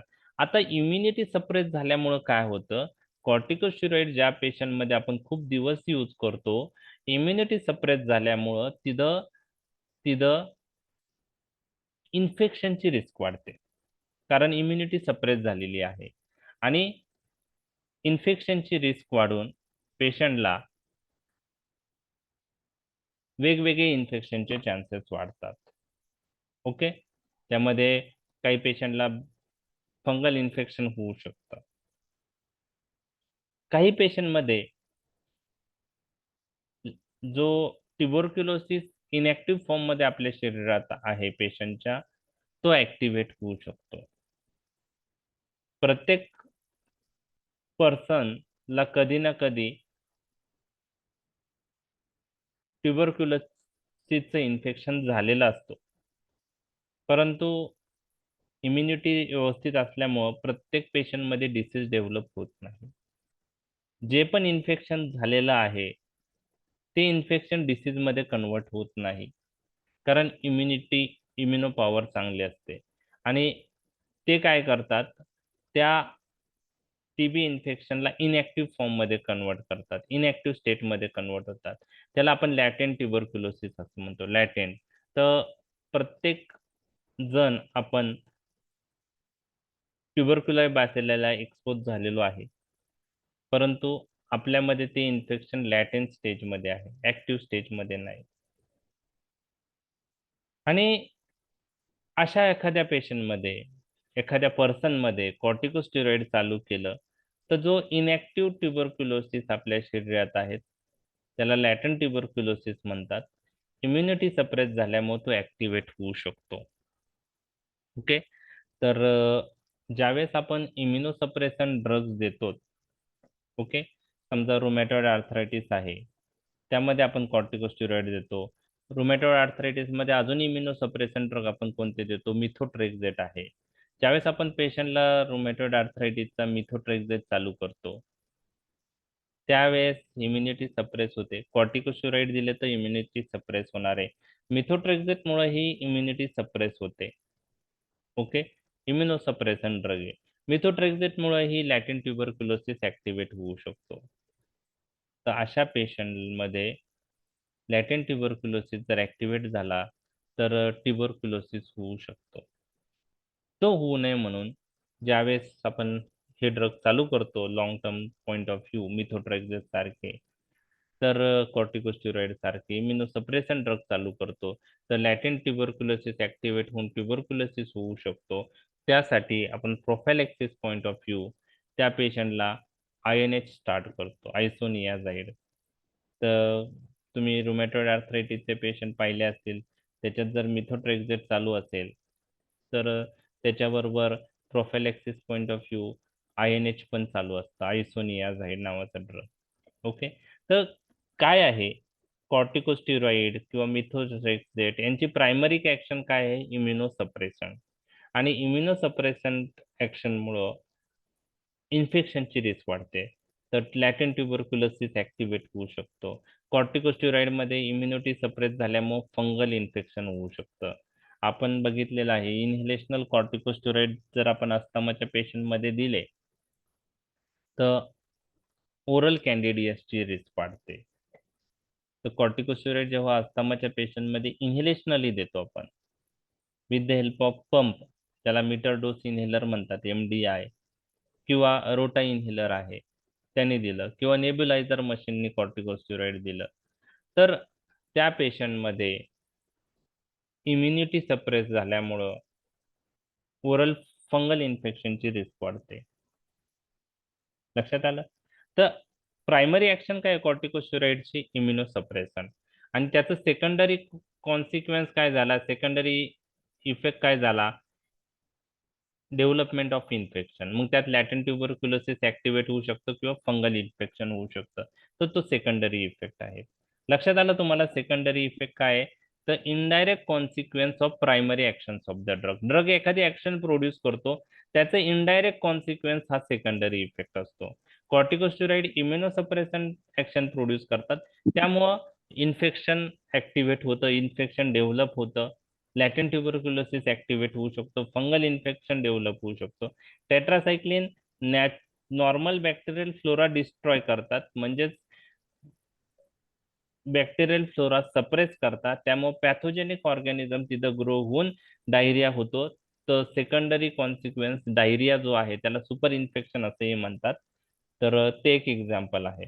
तर सेकंडरी इफेक्ट लक्षात आले तुमच्या? हा सर. ओके. आता टॉक्सिक इफेक्ट आपण बघूया. टॉक्सिक इफेक्ट म्हणजे काय? These are the result of excessive pharmacological actions of the drug due to overdose or prolonged use. Toxic effect काय आहे की these are the result of extensive pharmacological actions of the drug due to prolonged use किंवा overdose. Overdose झाल्यामुळे toxic concentration मध्ये drug बॉडीमध्ये आहे, prolong use केल्यामुळं drug accumulate होऊन कॉन्सन्ट्रेशन वाढेल, म्हणजेच toxic effect. These are the effect seen at higher concentration, हे तुम्हाला लक्षात ठेवायचं आहे. आणि आपण ड्रगच्या ऍक्शन वरून ते प्रेडिक्ट करू शकतो मेजॉरिटी टॉक्सिक इफेक्ट. आणि टॉक्सिक इफेक्ट मध्ये वेगवेगळ्या सिस्टीमची इन्व्हॉल्वमेंट असू शकते. मग CNS असतील, CVS असेल, किडनी असेल, लंग असेल, असे वेगवेगळ्या ऑर्गन्स इन सिस्टीम्स इन्व्हॉल्व होऊ शकतात. तर टॉक्झिसिटी मध्ये काय काय असू शकतं? फार्मॅकोलॉजिकल ऍक्शन एक्सटेंड होऊ शकते. For example barbiturate, benzodiazepine. आपण झोप नाही येऊ म्हणून बेन्झोडायझेपाईन यूज करतो, पण ते जर जास्त डोस झाला तर पेशंट कोमामध्ये जाऊ शकतो. Extension of pharmacological effect, coma by barbiturate. Coma by barbiturate. आपल्याला माहित आहे डिगॉक्झिन नावाचा ड्रग आपण ॲट्रियल फिब्रिलेशन मध्ये यूज करतो, ॲट्रियल फ्लटर मध्ये यूज करतो, आपण हार्ट फेल्युअर मध्ये यूज करतो. तर डिगॉक्झिन ॲट्रियल फिब्रिलेशन आणि फ्लटर मध्ये का यूज करतात? कारण तो एव्ही कंडक्शन कमी करतो, म्हणजे ॲट्रियममधून जे इम्पल्स ट्रान्समिट होता व्हेंट्रिकल पर्यंत ते कमी पाठवतो तो, आणि व्हेंट्रिकलला प्रोटेक्ट करतो ॲट्रियल फिब्रिलेशन आणि फ्लटर मध्ये. तर एव्ही कंडक्शन तो कमी करतो. पण जर डिगॉक्झिनचा जास्त डोस झाला तर एव्ही कंडक्शन पूर्ण ब्लॉक होऊ शकतो, त्याला कम्प्लीट एव्ही ब्लॉक असं म्हणतात, कम्प्लीट एव्ही ब्लॉक. तर डिगॉक्झिन मुळे हायर डोसला कम्प्लीट एव्ही ब्लॉक पण होऊ शकतो. बार्बिच्युरेट सिडेटिव्ह हिप्नोटिक म्हणून यूज होतं, म्हणजे तो सिडेशन प्रोड्यूस करतो, पण हायर डोसला बार्बिच्युरेट मग कोमा पण डेव्हलप होऊ शकतो. तर एक्सटेन्शन ऑफ फार्मॅकोलॉजिकल इफेक्ट झाले टॉक्सिक डोसला. तर हिपॅरिन. हिपॅरिन आपण यूज केला तर अँटीकोएग्युलंट इफेक्ट दिसतो, परंतु जास्त डोस झाला हिपॅरिनचा तर अँटीकोएग्युलंट ऍक्शन वाढली तर ब्लिडिंग ऍडव्हर्स इफेक्ट होऊ शकतो. म्हणजे टॉक्सिक इफेक्ट मध्ये पण extension of pharmacological, extension of therapeutic effect जे आहे त्याच्यामुळं टॉक्सिक इफेक्ट येऊ शकतं. ज्या ऍक्शनसाठी ड्रग वापरताय ती ऍक्शन एक्सटेंड होते. ओके. काही टॉक्सिक इफेक्ट हे फंक्शनल अल्टरेशन मुळे दिसून येतात, जसं ॲट्रोपिन हाय डोसला CNS इफेक्ट दाखवतो, डेलिरियम पेशंट मध्ये डेव्हलप होतं. काही ड्रग टॉक्सिक डोस मध्ये टिश्यूला डॅमेज करतात. आपण पाहिलेलं आहे बायो ट्रान्सफॉर्मेशन मध्ये पॅरासिटामॉल टॉक्सिक डोसला जर यूज केला तर एक टॉक्सिक मेटाबोलाइट तयार होतो. 10 ग्रॅम पेक्षा जास्त डोस असेल तो टॉक्सिक डोस आहे, आणि त्या डोसला पॅरासिटामॉल एक टॉक्सिक मेटाबोलाइट जो बनतो N-acetyl बेन्झोक्विनोनियमिन, त्यामुळं तो टिश्यूला बाइंड होतो तो टॉक्सिक मेटाबोलाइट, आणि हिपॅटिक डॅमेज आणि लिव्हर डॅमेज, सॉरी हिपॅटिक डॅमेज आणि किडनी डॅमेज त्यामुळं दिसून येऊ शकतं. तर पॅरासिटामॉल पॉइझनिंग मध्ये हिपॅटिक नेक्रोसिस दिसतं. तर टॉक्सिक डोसला टिश्यू डॅमेज पण होऊ शकतं, हे तुम्हाला लक्षात ठेवायचं आहे. एखादं एक्झाम्पल लागतं, हे सगळे लागत नाही, फक्त तुम्हाला लक्षात ठेवण्यासाठी मी डिस्कस करतोय. आणि आपण हे पण पाहिलं होतं पॅरासिटामॉल पॉइझनिंग साठी कोणता ड्रग ऑफ चॉईस आहे, आठवतंय तुम्हाला?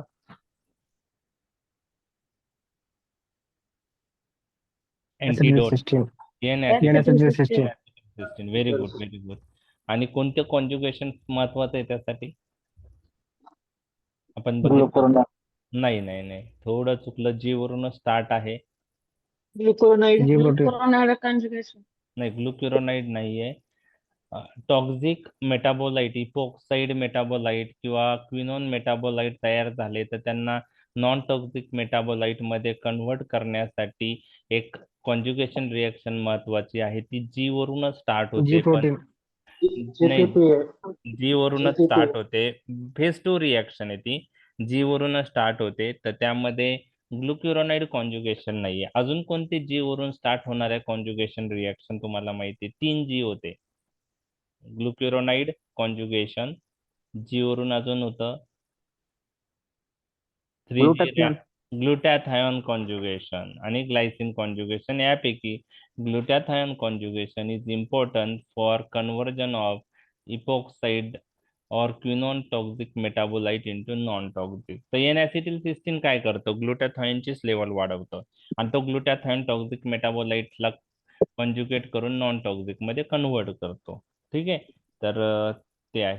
काही टॉक्सिक इफेक्ट हे फार्मॅकोलॉजिकल ऍक्शनशी रिलेटेड असतात, काही फंक्शनल चेंजेस घडून येतात.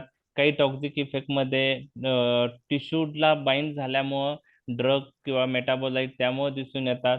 आणि काही टॉक्सिक इफेक्ट थेरापेटिक इफेक्टशी रिलेटेड नसतात, दुसऱ्या ऍक्शनमुळे असतात. फॉर एक्झाम्पल, मॉर्फिन नावाचा ड्रग आहे, तो अनाल्जेसिक म्हणून यूज करतो, म्हणजे थेरापेटिक इफेक्ट त्याचा जो आहे तो पेन रिलीव्ह करणं आहे. परंतु मॉर्फिन हायर डोसला काय करतं?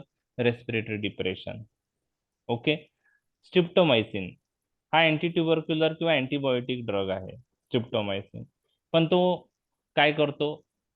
व्हेस्टिब्युलर डॅमेज करतो. Ototoxicity is the important adverse effect. म्हणजे काही टॉक्झिक इफेक्ट हे थेरापेटिक ऍक्शनशी रिलेटेड आहे, काही टॉक्झिक इफेक्ट थेरापेटिक ऍक्शनशी रिलेटेड नाही. जसं साईड इफेक्ट आहे तसंच. तर हे झालं टॉक्झिक इफेक्टशी रिलेटेड. आता लास्ट इंटॉलरन्स आपण डिस्कस करणार आहोत आणि मग आपण थांबूया. साईड इफेक्ट कोणत्या डोसला दिसत होते?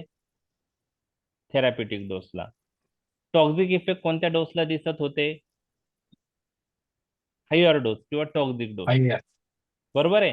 म्हणजे साईड इफेक्ट कोणते आहेत? असे इफेक्ट, अनवॉन्टेड अनअवॉइडेबल इफेक्ट जे थेराप्युटिक डोसला येत आहे. जे unwanted unavoidable pharmacodynamic effect toxic डोसला येत असतील तर त्याला आपण काय म्हणतो? Toxic effect. बरोबर आहे. लक्षात आलं? आता इंटॉलरन्स काय आहे?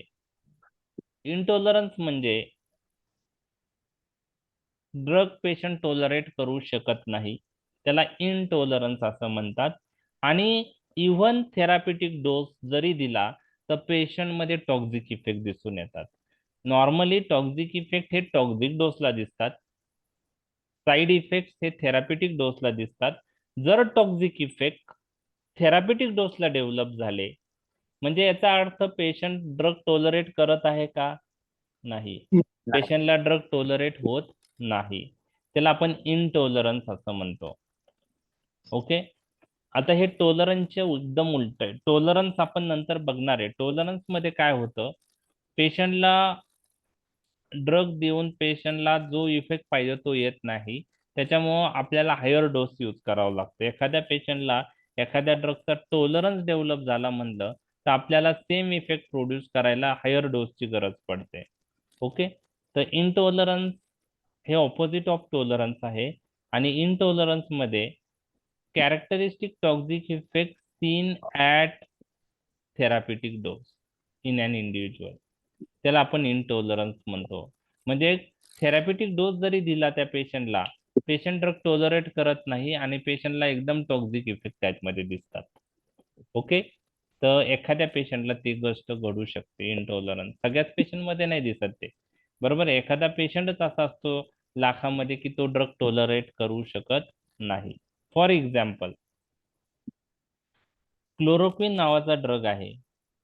तर काही पेशंट इनटॉलरंट असतात क्लोरोक्विनला. सिंगल टॅबलेट जरी दिली तरी पेशंटला नॉशिया, वॉमिटिंग, ॲब्डॉमिनल पेन होऊन जातं. त्याच्यात आपण डिफिकल्ट येते क्लोरोक्विन यूज करणं अशा पेशंटला. ठीक आहे. ओरली, तर orally single tablet of chloroquine may cause nausea, vomiting, abdominal pain. आता क्लोरोक्विन सर्रास जरी यूज केलं तर खूप साऱ्या पेशंटमध्ये चांगल्या प्रकारे टॉलरेट होतो, पण एखादा पेशंट असा असतो की त्यात तो टॉलरेट करू शकत नाही. ओके, त्यानंतर अजून एक ड्रग तुमच्याशी मला डिस्कस करायचा आहे, तो आहे क्लोरप्रोमॅझिन, सीपीझेड. तर क्लोरप्रोमॅझिन हा जो ड्रग आहे, हा ऍक्च्युली सिझोफ्रेनियाच्या पेशंटमध्ये यूज केला जाणारा ड्रग आहे. हा अँटीसायकोटिक ड्रग आहे आणि हा ड्रग D2 रिसेप्टर ब्लॉक करून ऍक्ट होतो. आणि काय आहे तुम्हाला सांगतो, सिझोफ्रेनियाचा जो पेशंट असतो, ओके, ब्रेन मध्ये दोन पार्ट मी तुमच्याशी डिस्कस करणार आहे. एक आहे बेसल गँग्लिया आणि दुसरा आहे लिम्बिक सिस्टीम. तर सिझोफ्रेनियाच्या पेशंटमध्ये एक थेरी काय सांगतं, लिम्बिक सिस्टीम मध्ये डोपामाइनची लेवल वाढल्यामुळं सिझोफ्रेनिया नावाचा आजार होतो आणि डोपामाइन त्याचं कार्य डोपामाइन रिसेप्टर थ्रू करतो. मग आता सिझोफ्रेनियाच्या पेशंटला ट्रीट करण्यासाठी आपल्याला काय करावं लागेल, डोपामाइनची ऍक्शन कमी करावं लागेल. मग आपल्याला कोणते रिसेप्टर ब्लॉक करणारा ड्रग दिला पाहिजे, डोपामाइन रिसेप्टर ब्लॉक करणारा. लिम्बिक सिस्टीम मधले डोपामाइन रिसेप्टर ब्लॉक झाले तर एक्सिस डोपामाइन जरी असेल तरी पण तो कार्य करणार नाही.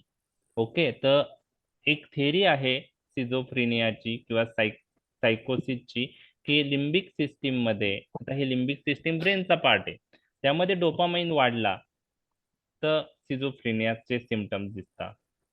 आणि हे डोपामाइन कशा थ्रू कार्य करतात, डोपामाइन रिसेप्टर थ्रू. मग याला ट्रीट करायला आपण काय दिलं पाहिजे, असे ड्रग जे डोपामाइन रिसेप्टर ब्लॉक करतील. तर त्यामध्ये क्लोरप्रोमॅझिन नावाचा ड्रग यूज केला जातो, सीपीझेड. बरोबर आहे, ठीक. तर लिम्बिक सिस्टीम मध्ये जाऊन तो चांगल्या प्रकारे कार्य करेल आणि पेशंट मध्ये इम्प्रूव्हमेंट होईल. आता दुसरा पार्ट आहे ब्रेनचा बेसल गँग्लिया. त्यामध्ये डोपामाइन आणि ऍसिटिल कोलिनचं लेवल ही इक्विलिब्रियम मध्ये असते. डोपामाइन रिसेप्टरवर कार्य करतो आणि ऍसिटिल कोलिन हा मस्कुरेनिक रिसेप्टरवर कार्य करतो. आणि बेसल गँग्लिया जो आहे त्यामध्ये डोपामाइन आणि ऍसिटिल कोलिनची जी ऍक्शन आहे ती दोघांची जी आहे ती इक्विलिब्रियम मध्ये होणं गरजेचं आहे. दोन्ही व्यवस्थित ऍक्ट होणं गरजेचं आहे. डोपामाइन रिसेप्टरवर ऍक्ट होईल, ऍसिटिल कोलिन रिसेप्टर म्हणजे मस्कुरेनिक रिसेप्टरवर ऍक्ट होता आणि बेसल गँग्लियाचं कार्य घडून येतं. आणि बेसल गँग्लिया कशासाठी लागतो, बेसल गँग्लिया नॉर्मल आपल्या ज्या मुवमेंट आहे एक्स्ट्रा पिरॅमिडल ट्रॅकने कंट्रोल होणाऱ्या त्या मुवमेंट कंट्रोल करायला. म्हणजे बेसल गँग्लियामध्ये डोपामाइन आणि ऍसिटिल कोलिनची बॅलन्स फार महत्वाचा आहे आपल्या नॉर्मल मुवमेंट होण्यासाठी. आणि त्यात जर इम्बॅलन्स झाला, डोपामाइनची लेव्हल कमी झाली ऍसिटिल कोलिन पेक्षा, डोपामाइनची ऍक्शन कमी झाली ऍसिटिल कोलिन पेक्षा, तर एक्स्ट्रा पिरॅमिडल सिम्पटम्स पेशंटला दिसू शकतात. त्यामध्ये पार्किन्सोनिझम आहे, त्यामध्ये अॅक्यूट मस्क्युलर डिस्टोनिया आहे, त्यामध्ये टार्डिव्ह डिस्कायनेझिया आहे. तर ते कशामुळे होऊ शकतं, एक तर पार्किन्सोनिझम हा न्यूरोडिजनरेशनमुळे होऊ शकतो, किंवा आपण असा ड्रग यूज करतोय जो D2 रिसेप्टर ब्लॉक करेल बेसल गँग्लियामध्ये, तर त्यामुळे एक्स्ट्रा पिरॅमिडल ऍडव्हर्स इफेक्ट येऊ शकतात. त्यात मस्क्युलर डिस्टोनिया दिसतं, अॅक्यूट मस्क्युलर डिस्टोनिया. तर अँटीसायकोटिक ड्रग लिम्बिक सिस्टीम मध्ये डोपामाइन रिसेप्टर ब्लॉक करून डोपामाइनची ऍक्शन कमी करतात. त्याच्यामुळे सिझोफ्रेनियाच्या पेशंटमध्ये इम्प्रूव्हमेंट होते. That is a good beneficial effect. पण सेम D2 अँटागोनिस्ट बेसल गँग्लियामधले डोपामाइन रिसेप्टर ब्लॉक केल्यामुळं extra pyramidal adverse effect produce करतात. त्यामध्ये अॅक्यूट मस्क्युलर डिस्टोनिया दिसतं. लॉंग टर्म हे ड्रग यूज केले तर पार्किन्सोनिझम नावाचा साईड इफेक्ट येतो, त्याला ड्रग इंड्यूस पार्किन्सोनिझम असं म्हणतात. तर क्लोरप्रोमॅझिन काही पेशंटमध्ये इवन सिंगल डोस जरी दिला तरी पण इंटॉलरन्स डेव्हलप झाल्यामुळं इवन सिंगल डोस क्लोरप्रोमॅझिन काही पेशंटमध्ये acute muscular dystonia adverse effect करतो. ते पण इंटॉलरन्सचे एक्झाम्पल आहे. तर इंटॉलरन्स म्हणजे काय, की appearance of characteristic toxic effects of a drug in an individual at therapeutic doses. म्हणजे टॉक्झिक इफेक्ट हे टॉक्झिक डोसला आले पाहिजे होते, पण टॉक्झिक इफेक्ट जर थेरापेटिक डोसला येत असेल तर त्याला आपण इनटॉलरन्स असं म्हणतो. आणि एक्झाम्पल मध्ये 2C लक्षात ठेवा. एक म्हणजे क्लोरोक्विनमुळे जे वॉमिटिंग ऍबडोमिनल पेन होतं, आणि दुसरा C क्लोरप्रोमॅझिन, त्याला CPZ असंही म्हणतात, त्याच्यामुळे मस्क्युलर डिस्टोनिया होतं. इस्पेशली हे चिल्ड्रन आणि इस्पेशली फिमेल मध्ये जास्त दिसतं. सिंगल डोस मुळे ऍक्यूट मस्क्युलर डिस्टोनिया होतं, मसल कॉन्ट्रॅक्ट ॲबनॉर्मल होतात. ओके, तर हे झालं इंटॉलरन्स. तर आपण साईड इफेक्ट बघितलं, आपण सेकंडरी इफेक्ट बघितलं, आपण टॉक्झिक इफेक्ट बघितलं, आणि आपण इंटॉलरन्स बघितलं. तर प्रत्येकाचं 1 किंवा 2 एक्झाम्पल तुम्ही लक्षात ठेवा, त्याच्यापेक्षा जास्त एक्झाम्पल लक्षात ठेवायची गरज नाही. तर राहिलेला पाठ आपण उद्या डिस्कस करूया. ठीक आहे, समजलाय पाठ? येस. म्हणजे डेफिनेशन ऍडव्हर्स ड्रग रिएक्शनची, त्यानंतर type of adverse drug reaction मध्ये टाईप ए आणि टाईप बी मधला डिफरन्स. टाईप ए म्हणजे काय, टाईप बी म्हणजे काय, अगमेंटेड आणि बिजारी. त्यानंतर 12 व्हेरियस ऍडव्हर्स ड्रग रिएक्शन कसे लक्षात ठेवायचे. Okay, effects of drug induce MTP, बरोबर आहे. त्यामध्ये आपण बघितले side effect, secondary effect, toxic effect, drug म्हणजे drug allergy, drug dependence, drug withdrawal reaction, induce I for intolerance, idiosyncrasy, iatrogenic effect, MTP म्हणजे म्युटाजेनेसिटी अँड कार्सिनोजेनेसिटी, टेराजेनेसिटी आणि फोटो सेन्सिटिव्हिटी. ओके, तर हे 12 रिएक्शन्स आपण वेगवेगळे ADR पाहणार आहोत. त्यात आपण साईड इफेक्ट्स कव्हर केलेत, सेकंडरी इफेक्ट कव्हर केले, टॉक्झिक इफेक्ट कव्हर केले, आणि इंटॉलरन्स कव्हर केलाय. आता बाकीचे सर, एक आपण प्रश्न होता. हा हॅलो हा बोला ना. सर, एक प्रश्न होता. आपण पेशंटला इंजेक्शन देतो, समजा आपण एक अँटीबायोटिक दिलं पेशंटला हा IV हा रूटने, तो लगेच 2 मिनिटातच असा वॉमिटिंग करतो, नाही का? तर तो ते जे वॉमिटिंग करतो तो काय इंटॉलरन्स होणार का साईड इफेक्ट होणार? आपण थेरपेटिक डोस मध्ये डोस दिलेला आहे तर. थेरापेटिक डोसला डोस दिलेला आहे तर हा, तर नाही, आपण पेशंटला एक थेरापेटिक इंजेक्शन डोसला देतो आपण समजा. नाही, आता जनरली थेरापेटिक डोसला जर आपण थेरापेटिक डोसला आता नॉशिया वॉमिटिंग त्याचा नॉन साईड इफेक्ट असेल, बरोबर आहे, हम्म. तर तो साईड इफेक्ट म्हणूनच कन्सिडर होईल. आणि किती वेळात होते वॉमिटिंग? समजा 5 मिनिटातच झाली. कधी कधी आपण अँटीबायोटिक दिल्यानंतर पेशंट रिॲक्ट करतो, असा वॉमिटिंग सेन्सेशन होतात किंवा ऍसिड ओके, सिक्रेशन होत. ओरली किंवा IV पॅरेंटल? तर मोस्टली अँटीबायोटिक ना IV आपण आहे. हा फ्लश केलं अँटीबायोटिक IV थ्रू, नाही, तेव्हा IV ते IV जेव्हा IV नाही, रिसीव करून देतो. IV थ्रू फ्लश केलं तर त्याचं जर थेरापेटिक कॉन्सन्ट्रेशन सडनली वाढलं, म्हणजे आपण हा ते असं डिफरन्शिएट नाही करू शकत, त्याला आपण साईड इफेक्ट म्हणणार का intolerance. It depends on the concentration. म्हणजे थेरापेटिक डोस जो आहे त्या डोसमध्येच आपण दिलं तर त्याला आपण साईड इफेक्ट म्हणून कन्सिडर करतो. इंटॉलरन्स मध्ये समजा आता तुमचा जो इंटॉलरन्स आहे तर toxic effect seen at therapeutic dose, toxic effect seen at therapeutic dose. आता अँटीबायोटिकचं जर नॉशिया आपण म्हणलं किंवा वॉमिटिंग म्हणलं तर तो जनरली साईड इफेक्ट मध्येच कन्सिडर होतो. टॉक्झिक इफेक्ट मध्ये जनरली आता प्रत्येक अँटीबायोटिकचं वेगळं आहे बरं का. प्रत्येक ठीक आहे. हा. अँटीबायोटिक आपण असं नाही म्हणू शकत की प्रत्येक अँटीबायोटिक नॉशिया वॉमिटिंग करेल. काही अँटीबायोटिक थेरापेटिक डोसला करू शकतात, काही टॉक्झिक डोसला ही करू शकतात. तर डिपेंडिंग ऑन द अँटीबायोटिक्स आहे, तर असं आपण लगेच डिफरन्शिएट नाही करू शकत तो साईड इफेक्ट मध्ये येईल का इंटॉलरन्स मध्ये येईल. ठीक आहे, आता हे कसं आहे, ओके. हे हे जे डिफरन्स केलेले आहेत ना हे थेरॉटिकल आहे. म्हणजे आता हा हा. Characteristic toxic effect seen at therapeutic dose. आता टॉक्झिक इफेक्ट म्हणजे आपण कोणाला म्हणणार, म्हणजे कोणत्या ड्रगला, कोणत्या ड्रगच्या इफेक्टला टॉक्झिक इफेक्ट म्हणणार. तर अँटीबायोटिक काही असे आहेत की ते थेरापेटिक डोसला पण नॉशिया वॉमिटिंग करतात ना. हा. त्यामुळं ते थेरापेटिक डोसला जर नॉशिया वॉमिटिंग करत असेल तर ते साईड इफेक्ट म्हणूनच कन्सिडर होईल थेरापेटिक हा. डोसला. जर टॉक्झिक डोसला ते तो इफेक्ट दिसत असेल, त्या अँटीबायोटिकचा टॉक्सिक इफेक्ट म्हणजे समजा नॉशिया हा ऍडव्हर्स इफेक्ट त्या अँटीबायोटिकचा टॉक्सिक डोसला मेन्शन केलेला असेल आणि तो हा एखाद्या सर. पेशंटला थेरॅपेटिक डोसला आला, तर आपण त्याला इंटॉलरन्स असं म्हणू शकतो. पण तसं डिफरन्शिएट करणं पॉसिबल नाही आपल्याला. ठीक आहे, ओके. म्हणजे आपण डिफरन्शिएट नाही करू शकत तो. हा. ठीक आहे, चालेल. तर क्लोरप्रोमॅझाईन म्हणजे पेरिनॉम. पेरिनॉम आता ब्रँड नेम, पेरिनॉम मध्ये काय असतं? क्लोरप्रोमॅझिन म्हणजे पेरिनॉम मध्ये मेटोक्लोप्रामाइड असतं माझ्या मते. हा हो, मेटोक्लोप्रामाइड. मेटोक्लोप्रामाइड. हा, तर क्लोरप्रोमॅझिन जे आहे ना ते सिझोफ्रेनिया म्हणजे मेटोक्लोप्रामाइड, हा मेटोक्लोप्रामाइड बरोबर पण ऍक्यूट मस्क्युलर डिस्टोनिया दिसतं. तर तुमचं जे आहे की मेटोक्लोप्रामाइड जो आहे तो पेरिनॉम आहे, त्यांनी पण ऍक्यूट मस्क्युलर डिस्टोनिया दिसू शकतो. त्याला पण D2 ब्लॉकिंग प्रॉपर्टी आहे. आणि CPZ हा जो आहे कधी कधी तो याच्यात हिकअप मध्ये पण यूज होतो बघा, CPZ क्लोरप्रोमॅझिन.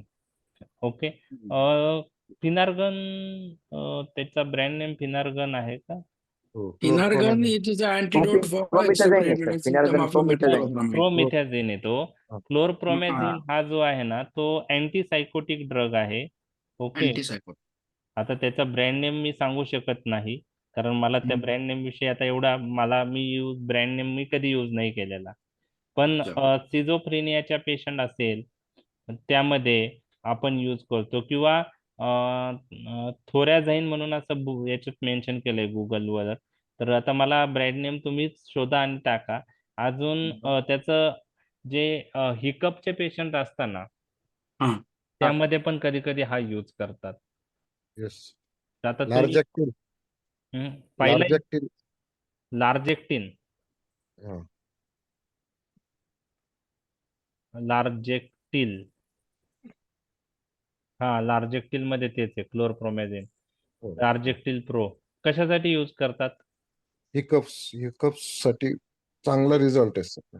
हा, मग ते पहा. तर आता हे अँटीसायकोटिक पण आहे, आणि आता हिकअप हो. जर असेल इंट्रॅक्टेबल हिकअप थांबतच नाही गुचक्या, तर हे क्लोरप्रोमॅझिन यूज करतात. तर ऍक्च्युली तो अँटीसायकोटिक आहे, बरोबर आहे, अँटीसायकोटिक आहे. आणि त्याला ऍडिशनली हा बेनिफिट पण आहे, हिकअप मध्ये ते यूज करतात. लार्जेक्टाईल, बरोबर, लार्जेक्टाईल आहे. 25 mg टॅबलेट आहे. ओके, ठीक आहे. तर पेरिनॉम मुळे पण ऍक्यूट मस्क्युलर डिस्टोनिया होतं, आणि क्लोरप्रोमॅझिन मुळे पण ऍक्यूट मस्क्युलर डिस्टोनिया होतं. डॉमपेरिडॉन मुळे नाही होत. डॉमपेरिडॉन जरी D2 ब्लॉकिंग असला तरी पण तो ब्लड ब्रेन बॅरियर क्रॉस करत नाही. तर तोच फरक आहे मेटोक्लोप्रामाइड आणि डॉमपेरिडॉन मध्ये. डॉमपेरिडॉन एक्स्ट्रा पिरॅमिडल ऍडव्हर्स इफेक्ट दाखवत नाही. मेटोक्लोप्रामाइड जो अँटीइमेटिक ड्रग आहे तो एक्स्ट्रा पिरॅमिडल ऍडव्हर्स इफेक्ट दाखवतो. तर ऍक्यूट मस्क्युलर डिस्टोनिया हा एक्स्ट्रा पिरॅमिडल ऍडव्हर्स इफेक्टचं एक्झाम्पल आहे. ठीक आहे, ओके. ओके, चालेल. अजून काही? Hello sir. हा, बोला. सर, जे हायपर ऍसिडिटी पेशंट असतात ज्यांना ऍसिडिटी खूप होते, तर हा, त्या हा, पेशंटमध्ये NSAID दिल्यानंतर ऍसिडिटी वाढते. हा. मग त्या कंडिशनमध्ये त्यांना पण साईड इफेक्ट म्हणू शकतो का NSAID ची, की काय करावं लागतं? नाही नाही, non steroidal anti inflammatory drug आहेत ना, तर ते आता हायपर ऍसिडिटीचा जो पेशंट असतो त्या पेशंटमध्ये ऍसिड सिक्रेशन जास्त होत असतं, बरोबर आहे. आणि ऍसिड सिक्रेशन जास्त झाल्यामुळं ऍसिड हा ॲग्रेसिव्ह फॅक्टर म्हणून कन्सिडर होतो अल्सर डेव्हलप व्हायला पोटामध्ये, स्टमकमध्ये किंवा डिओडिनम मध्ये. ठीक आहे. आणि non steroidal anti inflammatory drug काय करतात की हे ड्रग तुम्हाला माहित असेल की आपण ते पेन, फिवर, इन्फ्लामेशन कमी करायला वापरतो, बरोबर आहे. कसे इफेक्टिव्ह आहे? कॉक्स एन्झाईमला इनहिबिट करतात, आणि कॉक्स एन्झाईमला इनहिबिट केल्यामुळे प्रोस्टाग्लॅन्डिनची सिंथेसिस कमी होते. कशाची? प्रोस्टाग्लॅन्डिन. आणि प्रोस्टाग्लॅन्डिन हे प्रोटेक्टिव्ह इन नेचर आहे. पेप्टिक अल्सर ते डेव्हलप होऊ देत नाही, बरोबर आहे. तर प्रोस्टॅग्लॅन्डिन हा प्रोटेक्टिव्ह आहे पेप्टिक अल्सर प्रिव्हेंट करण्यासाठी. तर आता एनसेडचा ऍडव्हर्स इफेक्ट म्हणूनच ते कन्सिडर होतो. हायपर ऍसिड सिक्रेशन जास्त असेल अशा पेशंटमध्ये पेप्टिक अल्सरची रिस्क जास्त असते. आणि अशा पेशंटला जेव्हा आपण एनसेड देतो तर एनसेड आता ऍग्रेसिव्ह फॅक्टर तो त्यांचा रिलीज होणारच आहे ऍसिड, आणि त्याला डिफेन्स म्हणून आपल्या शरीरात कोण असतो? प्रोस्टॅग्लॅन्डिन. स्टमक मध्ये प्रोस्टॅग्लॅन्डिन रिलीज होतं. प्रोस्टॅग्लॅन्डिन काय करतं? बायकार्बोनेट सिक्रेशन वाढवतं, म्युकोजल ब्लड फ्लो वाढवतं, आणि त्याच्यामुळं इरोजन जरी झालं तरी ते हिलिंग होतं त्याचं, आणि अल्सर प्रिव्हेंट होतो. अल्सर डेव्हलप होऊ देत नाही. तर एनसेड्स काय करतात? हा जो प्रोटेक्टिव्ह प्रोस्टॅग्लॅन्डिन आहे त्याची सिंथेसिस इनहिबिट करतात. आणि त्याच्यामुळं काय होतं की ऍग्रेसिव्ह फॅक्टर ऍसिड तर सिक्रेट होणार आहे त्या पेशंटमध्ये. त्यांना त्यांचं नेचरच तसं आहे, ऍसिड सिक्रेशन जास्त होत आहे. मग त्याच्या विरुद्ध जो प्रोटेक्टिव्ह फॅक्टर आहे तो कमी होऊन जातो एनसेड्सनी, आणि त्याच्यामुळे अल्सर डेव्हलप होतं. तर तो साईड इफेक्ट म्हणून कन्सिडर होणार आहे. एनसेडमुळं ऍसिडिटी किंवा पेप्टिक अल्सर जे आहे, पेप्टिक अल्सर टर्म जास्त यूज होते. अल्सर डेव्हलप करतात एनसेड लॉंग टर्म यूज केलं तर. त्यामध्ये पण नॉन सिलेक्टिव्ह कॉक्स इनहिबिटर जे आहे ते पोटातले प्रोस्टॅग्लॅन्डिन सिंथेसिस कमी करतात. सिलेक्टिव्ह कॉक्स 2 इनहिबिटर जे आहेत, सेलिकॉक्सिब, इटरोकॉक्सिब, ते प्रोस्टॅग्लॅन्डिन सिंथेसिस कमी करतात, परंतु पोटात स्टमक मधली नाही करत. त्याच्यामुळं ते थोडे सेफ आहेत. पेप्टिक अल्सर ची ज्यांना चान्सेस जास्त आहेत, ज्यांच्यात ऍसिड सिक्रेशन जास्त होतंय, अशा पेशंटमध्ये एनसेड जर तुम्हाला यूज करायचे असतील तर नॉन सिलेक्टिव्ह कॉक्स इनहिबिटर म्हणजे त्यात डायक्लोफेनॅक असेल, ऍसिक्लोफेनॅक असेल, किंवा ऍस्पिरिन असेल, किंवा इंडोमिथॅसिन असेल, ओके, याच्यापेक्षा सिलेक्टिव्ह कॉक्स 2 इनहिबिटर तुम्ही यूज केले पाहिजे. त्यामध्ये सेलिकॉक्सिब, इटरोकॉक्सिब तुम्ही ऐकले असेल, कॉक्सिब ग्रुप ऐकला असेल. तर त्याचा ऍडव्हान्टेज काय की ते पेप्टिक अल्सर ची रिस्क कमी आहे त्या एनसेड बरोबर. ज्या पेशंटला पेप्टिक अल्सरची रिस्क जास्त आहे अशा पेशंटमध्ये एनसेड यूज करायचा असेल तर तुम्ही सिलेक्टिव्ह कॉक्स 2 इनहिबिटर यूज करा. ओके. पण त्याआधी कार्डियक कॉम्प्लिकेशन्स रूल आउट करा. जर कार्डियक हिस्ट्री असेल काही त्या पेशंटला, कार्डियक प्रॉब्लेम असेल, तर त्यामध्ये सिलेक्टिव्ह कॉक्स 2 इनहिबिटर यूज केल्याने कधी कधी कार्डियक कॉम्प्लिकेशन्स ॲग्रिवेट होऊ शकतात. तर ते रूल आउट करणं गरजेचं आहे पहिले, आणि मग आपण सिलेक्टिव्ह कॉक्स 2 इनहिबिटर यूज करू शकतो. ठीक आहे. Yes sir. Okay okay sir, thank you. Okay, चालेल. अजून काही क्वेरी? ठीक. तर हा परवा बोला. एक ओपीडीला पेशंट होतं. ऍक्च्युली त्यांनी ऑर्थोपेडिकचं ट्रीटमेंट घेतलं होतं एक 2 आठवड्यापासून. कॅल्केनियल स्पर आणि हिल पेन होतं त्यासाठी. काय कॅल्केनियल स्पर साठी आणि हिल पेन होतं, तर त्यासाठी ऑर्थोपेडिक ट्रीटमेंट चालू होतं पेशंटला. नाही, पेशंटला ऑर्थोपेडिक ट्रीटमेंट चालू आहे. हा, कशासाठी? पेशंट माझ्याकडे हिल पेन होतं सर, कॅल्केनियल स्पर आणि ते ओके. बायलॅटरल हिल पेन होतं, तर त्यासाठी चालू होतं. एंडोमेथॅसिन चालू होतं त्यांचं, आणि कॉल्चिसिन आणि एंडोमेथॅसिन. इंडोमिथॅसिन. ओके. कॉल्चिसिन आणि इंडोमिथॅसिन जे आहे ना, तर आता कॉल्चिसिन जो आहे, कॉल्चिसिन जनरली आपण गाऊटमध्ये यूज करतो. ठीक आहे. आणि कॉल्चिसिन जो आहे त्याला म्हणजे गावठी आर्थरायटिस जर असेल तर जास्त कॉल्चिसिनचं यूज आहे. इंडोमिथॅसिन पण आपण हे कमी करण्यासाठी, पेन कमी करण्यासाठी वापरू शकतो. ठीक आहे. तर त्या पेशंटमध्ये काय म्हणले तुम्ही?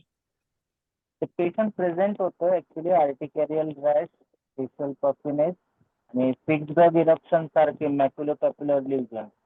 10 दिवसानंतर पेशंटला ते सिम्पटम डेव्हलप झाले एंडोमेथॅसिन आणि ते चालू केल्यानंतर. मग ते डिलेड ड्रग ॲलर्जी म्हणायची की आणखी काही? काय तर काय म्हणायचं आपण? डिलेड ड्रग रिॲक्शन म्हणायचं त्याला की नाही, डिलेड म्हणजे खूप दिवस, डिलेड म्हणजे खूप महिने यूज केल्यानंतर होते.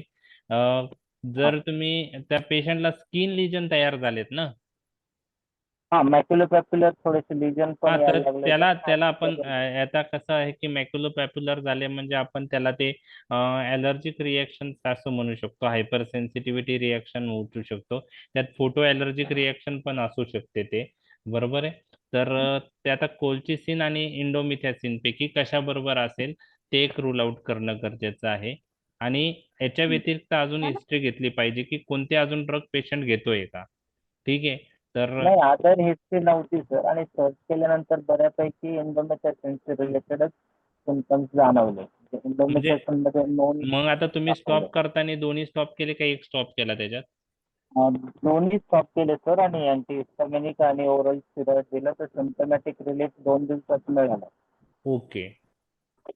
तर आता कसं आहे माहिती आहे का, हे अनप्रेडिक्टेबल ऍडव्हर्स ड्रग रिएक्शन आहे, प्रत्येक पेशंट मध्ये ती दिसत नाही, बरोबर, अनप्रेडिक्टेबल आहे. त्यामुळं आपण ती मेकॅनिझम ऑफ ऍक्शनशी रिलेटेड पण नाही ड्रगच्या, आणि त्याच्यामुळे याला type B adverse drug reaction म्हणणार. आणि मुख्यतः ही हायपर सेन्सिटिव्हिटी रिएक्शन आहे. तुम्ही ड्रग स्टॉप केलं, कॉर्टिकोस्टिरॉइड चालू केलं, अँटीहिस्टॅमिनिक्स चालू केलं, पेशंट मध्ये इम्प्रुव्हमेंट आली. फक्त आता हे कॉल्चिसिन बरोबर आहे का इंडोमिथॅसिन बरोबर ते आपण रूल आउट नाही करू शकत. बरोबर. ठीक आहे. तर आता ऍक्च्युली असे जे रिएक्शन येतात तसं आपण ते रिपोर्ट केले तर अजून चांगलं असतं की ऍडव्हर्स ड्रग रिएक्शन ज्या येतात मग ते जनरल फिजिशियन्स असतील किंवा हॉस्पिटलला अटॅच डॉक्टर असतील किंवा फार्मसी रिलेटेड, जर फार्मसीच्या एखाद्या माणसाला लक्षात आला तो शॉपवाल्याला लक्षात आला ऍडव्हर्स ड्रग किंवा एखाद्या नर्सला आला, तर असे adverse drug reaction pharmaco vigilance सेंटरला रिपोर्ट करण्या आता म्हणजे मॅन्डेटरी नाहीये, पण जर आपण रिपोर्ट केलं तर हे जे ऍडव्हर्स इफेक्ट आहे हे आपण हायर सेंटरकडे पाठवतो दिल्लीला. आमच्या इथं ते सेंटर आहे फार्मेको विजिलन्स, आणि तिथून ऑल ओव्हर वर्ल्डचे ऍडव्हर्स ड्रग रिॲक्शन हे उपसाला स्वीडनला रिपोर्ट होतात. त्याच्यामुळे काय होतं, एक डाटा बेस बसतो की कोणत्या ड्रग बरोबर ऍडव्हर्स ड्रग रिॲक्शन किती दिसतात, बरोबर आहे. तर इडिओसिंक्रेटिक रिॲक्शन हे एनसेड बरोबर दिसतं बरं का, म्हणजे एनसेड बरोबर आहे ते. आता कोल्चिसिन बरोबर किती आहे आपण सांगू नाही शकत, तर त्याच्यामुळे, आणि त्याला पास्ट हिस्ट्री आहे का ते एक विचारा अजून कोणत्या ड्रगची. इडिओसिंक आता पेशंटला जे ट्रीटमेंट दिली त्याने पेशंट कव्हर झालाय, पण हेन्स फोर्थ त्याला परत इंडोमेथॅसिन किंवा पॅरासिटामॉल त्यांनी काही होऊ शकतं का, ते एक बघणं गरजेचं आहे. आता याच्यामध्ये ओरली दिल्यामुळे पेशंटला माइल्ड सिमटम्स आले. काही वेळेस हो. काही केसेस अशा झाल्यात की पॅरासिटामॉल IV यूज करून पेशंटची डेथ झालेली आहे, हो. बरोबर आहे. तर general practice point of view सगळ्यात महत्वाचा पॉइंट जो आहे की तुम्ही जे हिस्ट्री घेतात ती तुमच्या प्रिस्क्रिप्शनवर मेन्शन करणं गरजेचं आहे. प्रिस्क्रिप्शन पॅड तुम्ही असा बनवा की त्यामध्ये सगळे डिटेल्स मेन्शन पाहिजे. म्हणजे त्याचं रिझन काय आहे, तुम्ही जर हिस्ट्री घेतलेली आहे आणि ती तिथं मेन्शन नाहीये, ठीक आहे, उद्या पेशंट म्हणू शकतो सर आम्हाला काही विचारलंच नव्हतं यांनी, ड्रग ॲलर्जी आहे का नाही. त्यामुळं तुम्हाला पेशंटच्या ज्या हिस्ट्रीमधले पॉईंट्स आहेत, फॅमिली हिस्ट्री असेल, ड्रग रिलेटेड हिस्ट्री असेल, बाकी आधीचे कोणते डिसीज असतील, तर ते तुम्ही ड्रग्स प्रिस्क्राईब करताना पेशंट कोणत्याही कंडिशनसाठी आलेला असेल ती ट्रीटमेंट लिहिताना त्याच्या बाजूला ते मेन्शन करणं गरजेचं आहे. त्याचं रिझन असं आहे की ठीक आहे, माइल्ड हायपर सेन्सिटिव्हिटी रिॲक्शन आपण कव्हर करू शकतो लगेच, पण एखाद्याला एनाफॅलेक्सिस बसला, बरोबर आहे, तर त्याला इमिजिएट आपण ट्रीटमेंट दिली, तो कव्हर झाला, ठीक आहे. एखाद्या दिवस एनाफॅलेक्टिक रिॲक्शन एवढी सिव्हिअर असते की पेशंट कव्हर नाही होत, बरोबर आहे. तर त्यावेळेस आपल्याला एक असते की पेशंटची ॲलर्जिक हिस्ट्री आम्ही विचारली होती, पेशंटने मेन्शन केलं होतं की no such drug allergy, previous drug allergy, म्हणजे आपण त्यात सेफ होतो. ठीक आहे. तर त्या गोष्टी असतात medico legal point of view. तुम्हाला ज्या ज्या गोष्टी पेशंटच्या माहीत आहे त्या प्रिस्क्रिप्शनच्या याच्यावर मेन्शन करणं गरजेचं आहे. आपण फक्त काय करतो की RX लिहितो आणि जे डिसीज आहे त्याची ट्रीटमेंट लिहून देतो, बरोबर आहे. तर ते ते ते जे काही हे आहेत पहा मेडिसिनचे प्रॅक्टिस, जनरल मेडिसिन म्हणजे MD मेडिसिन जे आहेत, तर MD मेडिसिनच्या प्रिस्क्रिप्शन मध्ये त्या सगळ्या गोष्टी ते बाजूला काही जण मेन्शन करण्याची हॅबिट असते त्यांना. तर तशी आपल्या प्रिस्क्रिप्शन मध्ये आपण मेन्शन करण्याची हॅबिट करायची, जेणेकरून medico legal point of view आपल्याला जितकं सेफ राहता येईल तेवढं राहता येतं. ठीक आहे. तर हिस्ट्री आणि आता सिम्टमॅटिक रिलीफ समजा 2 दिवसात पेशंटला आहे, समजा जर आपण एंडोमेथॅसिन मुळे पकडलं ते, तर किती दिवस स्टेरॉइड टेपर्ड करून पेशंटला दिले पाहिजेत की नाही जेणेकरून समजा जे आपण त्याला परत दिलं तर परत होण्याचे चान्सेस आहे. त्यात कसं नाही असतं, एंडोमेथॅसिन नाही आहे तो इफेक्ट नलिफाय करण्यासाठी स्टेरॉइड किंवा अँटीहिस्टॅमिनिक किती दिवस प्रिस्क्राईब केले नाही पाहिजे प्रत्येक समजा? पेशंटची रिएक्शन वेगळी असते, कधी इम्प्रूव्ह होतात त्याच्यावर डिपेंड आहे ते. म्हणजे तुम्ही लेस दॅन 1 वीक स्टेरॉइड यूज केलं तर टॅपर करण्याची गरज नाही. 1 वीक पेक्षा जास्त गेलं, जनरली 1 वीक मध्ये कव्हर होऊन जातं सगळं. ठीक आहे. हा. पण काही पेशंटला जास्त दिवस यूज केलं, 2 आठवडे झाले, पेशंटला इम्प्रूव्हमेंट आहे पण पूर्ण कव्हर व्हायला, मग त्यावेळेस स्टिरॉइड स्टॉप करताना तुम्ही टॅपरिंग डोस करणं गरजेचं आहे. लगडी नापस होईल. हो, म्हणजे डोस हळूहळू कमी करा. जनरली 1 वीक मध्ये तर पेशंटला फरक पडला. आता रिॲक्शन किती माइल्ड, मॉडरेट, सिव्हिअर टाईपची आहे त्याच्यावर सगळं डिपेंड आहे ते, आणि पेशंटचा रिस्पॉन्स कसा आहे. ओके, ते पण महत्वाचं आहे. आणि त्यानंतर मग पेशंटला परत हे ड्रग, आता आर्थरायटिस पेशंटला आहे, बरोबर. मग आर्थरायटिस पॉइंट ऑफ व्ह्यू किंवा जे पेन आहे त्या पॉइंट ऑफ व्ह्यू कोणते ड्रग यूज केले पाहिजे, बरोबर. ते पण एक महत्वाचं राहणार पुढं. मग इंडोमेथॅसिनच्या ऐवजी मग काय यूज केला पाहिजे, बरोबर आहे, ते फार महत्वाचं आहे. मग त्यामध्ये आपल्याला त्या ग्रुपचा ड्रग यूज करून परत रिएक्शन दुसऱ्या, म्हणजे क्रॉस सेन्सिटिव्हिटी आहे का, इंडोमेथिसिनला आलाय मग दुसऱ्या एनसेडला येऊ शकतो ना. म्हणजे एक बरोबर. एनसेडला आला का असं होऊ शकतं किंवा नाही होऊ शकत. म्हणजे इंडोमेथिसिनला हायपर सेन्सिटिव्हिटी असेल, मग दुसरा जर आपण यूज केला, समजा कॉक्सिब यूज केला, त्याला असेलच असं नाही, बरोबर. एखाद्या दिवस असू शकते, नसू शकते, नसेल तर चांगलंच आहे. आणि being a mild hypersensitivity, त्यामुळे एवढं टेन्शनचं काम नाही. परंतु मग क्रॉस सेन्सिटिव्हिटी असेल तर मग बाकी एनसेड यूज करताना प्रॉब्लेम येऊ शकतो. मग त्याच्याऐवजी मग कोणते ड्रग यूज केले पाहिजे, ट्रायमॅडॉल यूज केला पाहिजे का, परत त्याला काही प्रॉब्लेम आहे ट्रायमॅडॉलला, ॲब्यूज लायबिलिटी आहे, त्या गोष्टी आहेत, तर ओपाइड अनाल्जेसिक यूज करायची गरज पडू शकते का. तर मग त्या सगळ्या गोष्टी पेशंटचा रिस्पॉन्स काय आहे त्याच्यानुसार असणार आहे. ठीक आहे.